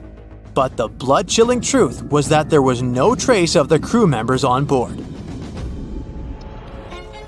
As for airplanes, probably the most inexplicable disappearance happened on December 5, 1945. This case got the name the Lost Patrol. Flight 19 was the code name for 5 planes that departed from a naval base in Florida on a training flight. No one knows for sure what happened to the planes, but they never returned to the base. Most experts believe the commander of this group, Charles Taylor, got lost and led the planes in the wrong direction. Those were the machines that could land on water, so hypothetically, after getting low on fuel, the pilots could ditch and wait for help, rocking on the surface of the ocean. But it didn't happen. Although 2 rescue Martin Mariner planes were searching the area all through the night and the next day, they found no trace of the 5 disappeared planes. But the most spine-chilling coincidence was that one of the rescue planes failed to return to the base as well. All 6 planes vanished into thin air, as if they had never existed. There have been several other plane disappearances when aircraft went off radars and never returned. In some cases, pilots had to send out a Mayday distress call. In others, they disappeared in the blink of an eye when everything seemed to be going perfectly fine. Of course, over the years, there have been loads of theories trying to explain the phenomenon of the Bermuda Triangle. For example, some researchers believe that ships and planes crash and disappear in the area due to methane gas. And it has indeed been proven that in some areas of the ocean floor, there are massive storages of this gas. Therefore, when gas gets released into the water, the process can sink ships and make planes crash. Potentially, it can happen so fast that a craft in distress doesn't even have time to send SOS. The theory of a wormhole is preferred by those who love sci-fi. In short, a wormhole is a space-time shortcut. While the existence of wormholes hasn't been proven yet, this doesn't stop some people from believing that this phenomenon is what causes vanishings in the Bermuda Triangle. Another sci-fi theory is based on the interface of space civilizations. It's quite convenient to blame such disappearances on extraterrestrial forces. Though why they would choose exactly this area for their abductions remains unknown. Waterspouts, or simpler, tornadoes in the ocean, are said to have been spotted in the Bermuda Triangle. This weather phenomenon raises water many feet up into the air. Potentially, this can make a ship disappear with ease. The human error theory may sound rather disappointing for those who love mysteries, but some are sure that all the crashes and disappearances in the Bermuda Triangle happen due to people's mistakes. There are too many confusing islands that are hard to distinguish from one another, as well as difficult weather conditions there. And now, let's see what modern-day scientists have to say. Disappointingly, they claim there's no mystery in the Bermuda Triangle whatsoever. The loss and disappearance of planes and ships is just a fact of probabilities. Researchers are sure that there's no evidence that in the Bermuda Triangle, mysterious events occur more often than in any other well-traveled large region of the ocean. The sheer volume of all that traffic in an area that is pretty hard to navigate gives us such unsettling statistics. But on a percentage basis, the number of vessels and aircraft missing in the Bermuda Triangle is the same as anywhere else in the world. And what theory do you believe? Imagine that it's the year 2025, and our planet has completely changed. Rising sea levels, extreme weather, and the ocean becoming more and more acidic are just some of the problems people have been dealing with for years. But in one of the world's largest coastal cities, the situation has become too serious. It was a sunny day in June when a massive earthquake shook the city to its core. The ground beneath people's feet heaved and shook, and buildings swayed dangerously. People ran through the streets in panic, trying to find safety. But as soon as the ground settled, the inhabitants of the city realized the real danger. A wall of water, almost 100 feet high, was rushing toward the city, propelled by the force of the earthquake. The tsunami hit the city with unimaginable force. Entire neighborhoods were wiped out, and thousands of people lost their lives. But here's where things get interesting. In the aftermath of the disaster, the city's authorities realized that they couldn't just rebuild the city as it was before. They needed to be better prepared for the next potential disaster. And so they came up with an incredibly ambitious project to build an underwater city. The goal was to create a self-sufficient, sustainable city beneath the ocean's surface that could withstand any natural disaster. The underwater city would be powered by renewable energy, using tidal power and underwater solar panels. It would be designed to withstand extreme weather and would have its own emergency response systems. The project attracted some of the world's top scientists, engineers, and architects.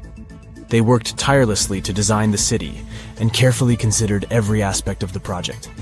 The underwater city would have everything that a typical city had, from schools and hospitals to stores and restaurants. There would be underwater farms where fish and other marine creatures could grow. The city would even have its transportation system, advanced submarines, and underwater tunnels connecting different parts of the city. The project became a shining beacon of hope for people.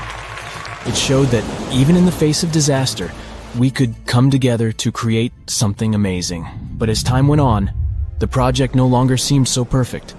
The cost of the project turned out to be higher than planned. There were also concerns about how long such a project would exist. After all, the ocean is very unpredictable. And still, the team of scientists and engineers never gave up. After years of trial and error, they finally created the perfect underwater city, a marvel of engineering, a self-contained ecosystem that could sustain people indefinitely. The buildings were constructed from a material that could withstand the immense pressure at the bottom of the ocean, and the city itself was powered by a network of advanced hydroelectric turbines. It wasn't long before the first wave of colonists arrived at the underwater city. There were different people in this group, and each of them had their own reasons for choosing to live in this new world beneath the waves. Some were adventurers seeking a new world to explore, while others were hoping to escape natural disasters raging on dry land. But despite their differences, all these people shared a common goal: to build a new society, one that was in harmony with the natural world. The underwater city flourished, and new discoveries were made every day. The colonists developed new technologies and ways to tame the power of the ocean. They learned to farm the sea, and started cultivating underwater gardens that provided them with a steady food supply. But living underwater was challenging. People felt isolated and even claustrophobic. The situation came to a head when a group of activists started to protest against the city's expansion plans. They argued that the underwater city was a threat to the environment it was meant to protect, and that the colonists should focus on reducing their impact on the delicate underwater life. The protests sparked a heated debate among the colonists. Some of them argued that the survival of the city depended on its growth and expansion.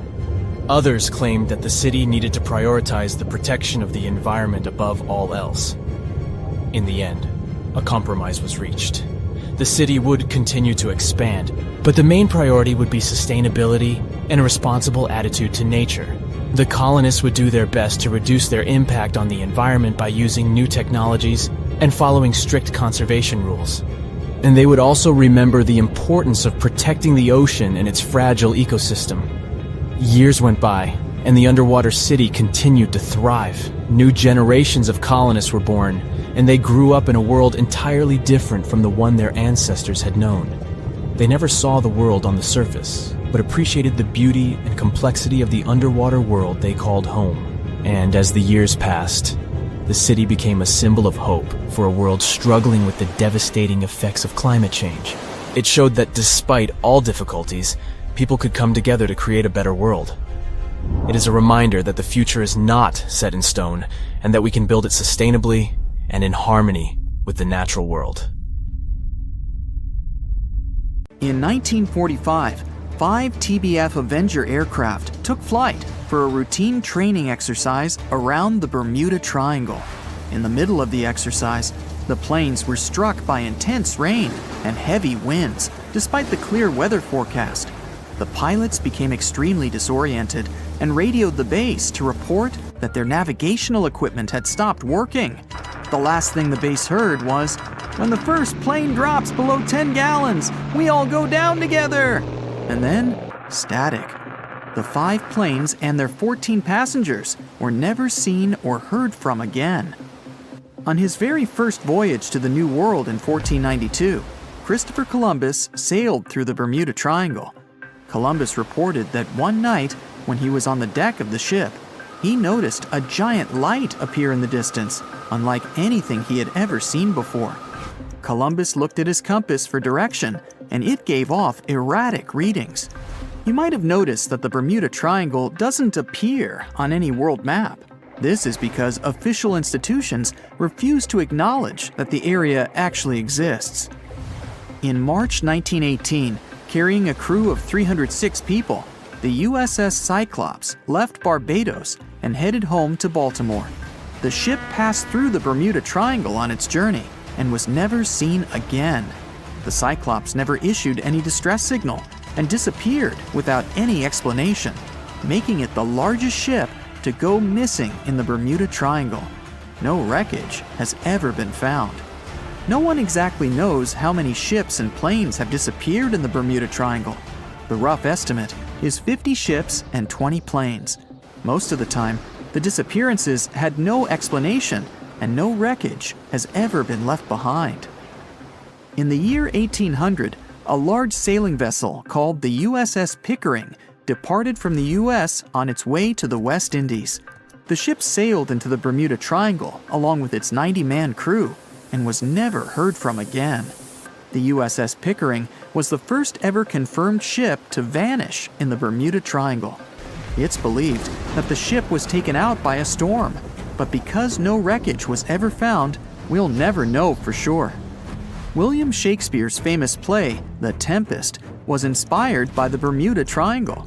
Sailors returned home to England to tell stories of treacherous waters near the Bahamas where ships mysteriously disappeared.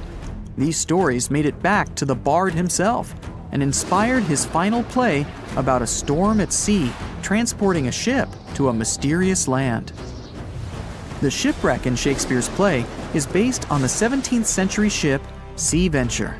The ship was carrying supplies from England to Virginia when it was struck by a massive storm in the Bermuda Triangle.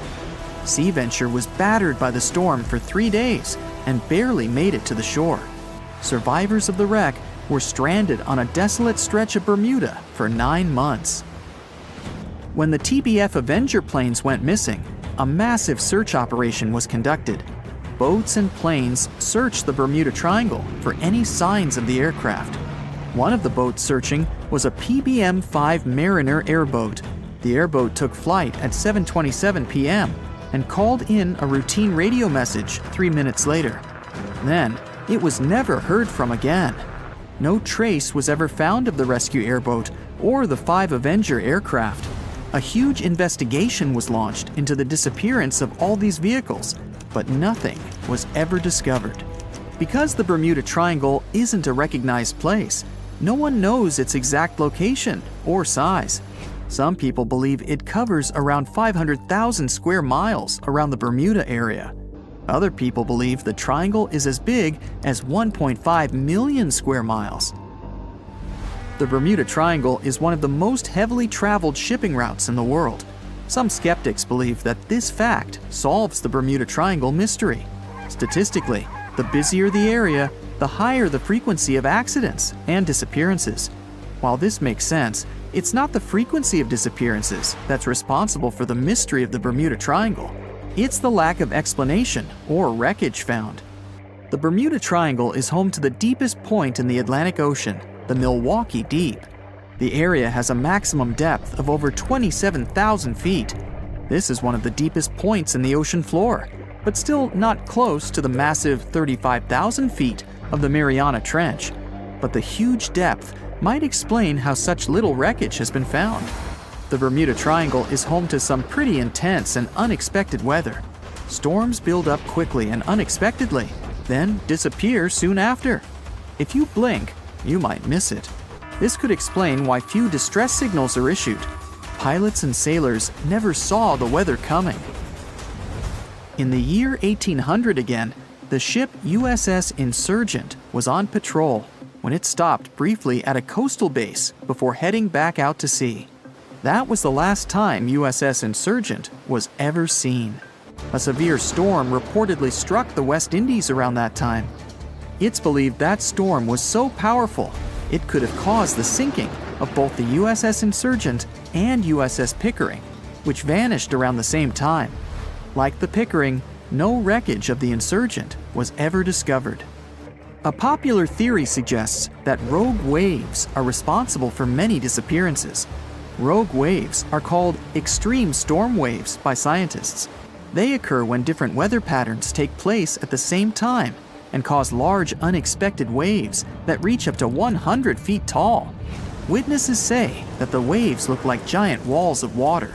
These waves could explain why ships go down fast and without leaving any trace.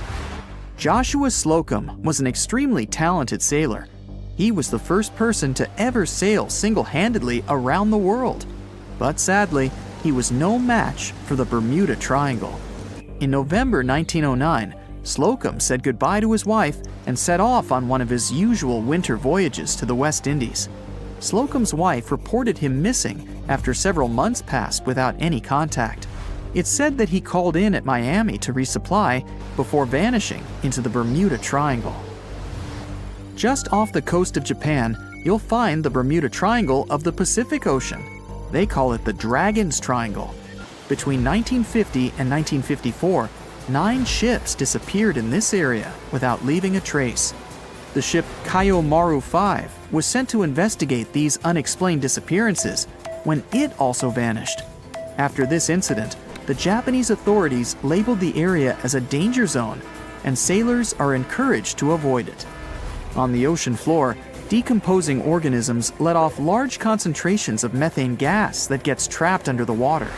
This gas can build up until, boom, it ruptures. The gas surges up to the surface and erupts. If a ship was in the area of one of these ruptures, the water would become much less dense and cause the ship to sink rapidly and without warning. Scientists believe this could be the cause of the many disappearances in the Bermuda Triangle. While this theory makes a lot of sense, it doesn't seem too likely. The United States Geological Survey has stated that no large releases of gas are believed to have occurred in the Bermuda Triangle for the past 15,000 years. In July 2015, 2 teenagers disappeared after setting sail off the coast of Florida. There's some mystery about what the 2 teens were really getting up to. They told their parents that they were just going to fish, but they told their friends that they were crossing to the Bahamas. Shortly after they left, a line of thunderstorms moved towards the area, and the boys were never heard from again. A massive 15,000-mile search was conducted, but sadly, nothing was found.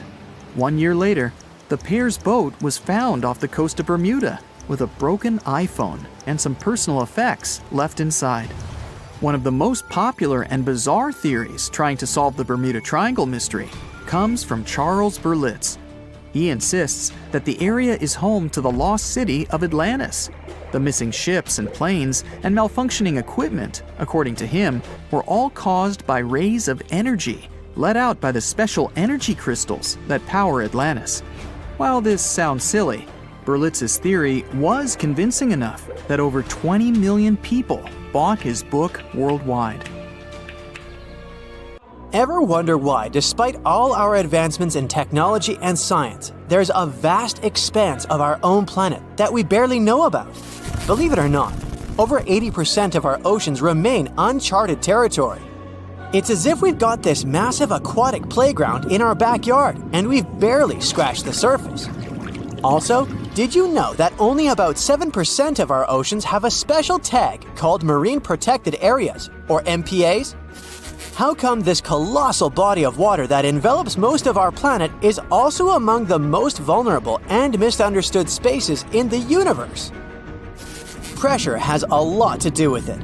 Our deep ocean is a beast of a place with no visibility, freezing temperatures, and pressure that's so intense that in certain areas it would make you feel like you're having the weight of 50 jumbo jets on your body.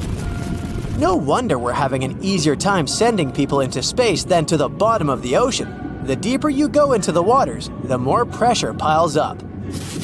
But let's not forget we have tech on our side, right? Scientists now use these cool satellite technologies that track the color of the ocean to check how much phytoplankton is there, for example. Why is this important, you might ask? Because these little plant-like critters are actually pretty major players in our big blue oceans. In the grand scheme of things in the aquatic world, phytoplankton is like the bedrock of the ocean food chain. It gives life to almost everything, from the tiny zooplankton, which are animal-like microorganisms, to those colossal, magnificent whales. When these technologies first came around, satellites could get clear images of the ocean faster than a ship could take the same number of measurements in 10 years. But it's not all about looking at the ocean from space. Sometimes you gotta dive in there and see it for yourself. Thankfully, we've come a long way in ocean exploration tech too. We've got things like floats and drifters that ride the ocean currents while collecting data, and a whole fleet of underwater vehicles, some of which are manned, some remote-controlled, and some even autonomous. Remember James Cameron, the guy who made the movie Titanic? He's super into exploring the ocean, and in 2012, he set a record by going down to the Mariana Trench in a vertical torpedo sub. He thinks there's nothing like being in the ocean and experiencing it firsthand. other companies use a mix of technologies for their ocean explorations.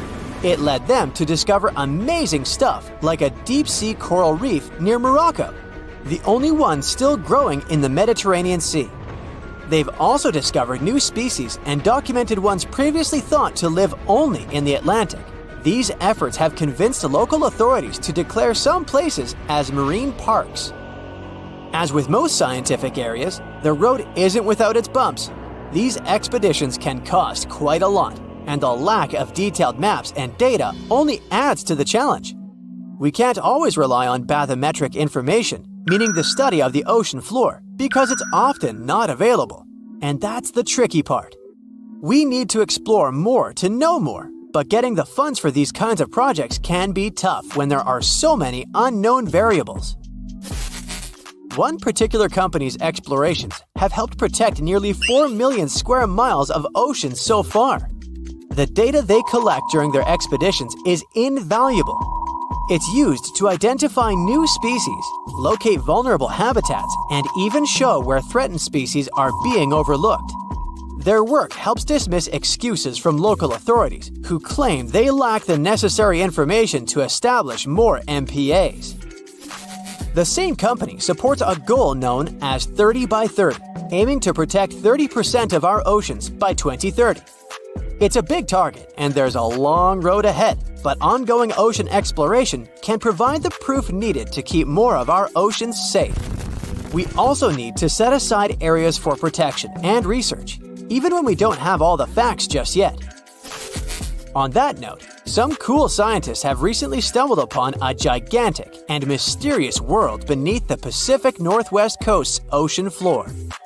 The best part is, this massive realm of life is pretty much cut off from the rest of the world above, making it like a secret underground club that only the best microbiologists have access to. Picture an active city, except the city is microscopic cracks in the basalt rocks of our oceanic crust, and its residents are microbes. These tiny creatures aren't like you and me. They don't rely on sunlight or the organic products of land and water ecosystems for sustenance. Instead, they thrive on chemical reactions with rocks and seawater. Scientists call this type of life chemosynthetic, which sounds complicated, but it basically means life sustained by chemical reactions. While this sort of life has been found deep in mines and around seafloor hydrothermal vents, the scale at which these creatures are found under the oceanic crust is unprecedented. It might even be the most extensive ecosystem on Earth. A geomicrobiologist from Denmark was part of the team that made this discovery. He claimed that over 50% of our planet's surface is oceanic crust, which is an average of 4 miles thick. Imagine the size of this chemosynthetic party happening down there. This discovery didn't happen overnight.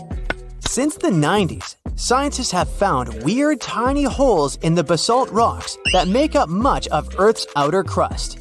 They seem like they might have been made by bacteria, but hey, there was supposed to be no life there. I mean, imagine trying to survive in a place that's hot, deep, dark, dense, and mostly devoid of the organic compounds we need for life. Yet, here they are. In the following years, more pieces of the puzzle fell into place. Scientists found that the oceanic crusts had different conditions at the centers and edges. At the centers, rocks are jam-packed with energy-rich compounds that support these tiny life forms. But by the time they reach the edges, these chemicals are all gone. Fast forward to now, and it's time to put the puzzle together. A microbial ecologist from the University of North Carolina worked on this research and says we now have solid evidence of microbial life in the cracks and crevices of deep ocean basalt. The next question scientists asked was, how far does this life extend? Researchers collected samples of crust from a plate roughly 120 miles off of Washington's coast, drilling deep beneath the ocean's surface. What they found down there was remarkable. The life down there runs on a unique fuel, hydrogen. Yep, in the absence of sunlight, hydrogen provides the energy for all their biological processes. These microbes use hydrogen to transform carbon dioxide into organic matter. This matter and other byproducts, like methane, then fuel other organisms, creating a network of life. Of course, the life down there isn't as complex as the one we know up here. Scientists doubt there will be any multicellular life under the ocean because it's too hot and energy poor. But hey, who knows? This universe under our oceans still has a lot to reveal. This whole thing is significant for many reasons. First, it confirms that life can exist in places without oxygen, which changes our perspective on where we can find life. This makes us wonder if life could exist under similar conditions on other planets, where surface conditions might be too harsh. The implications on Earth are also profound. If a large portion of life exists in the oceanic crust, then our understanding of life on our own planet could be completely changed. This exciting discovery stretches our understanding of life and prompts us to keep exploring the mysterious depths of our oceans, pushing the limits of our understanding. NASA is also in on the whole deep sea exploration project. Why? Shouldn't they be preoccupied with outer space? Because they're hoping to find hints about what the oceans on other planets might look like. NASA specialists are really hopeful that by unearthing underwater secrets, we can solve some of the big questions about space. Plus, they're testing some nifty equipment for future journeys across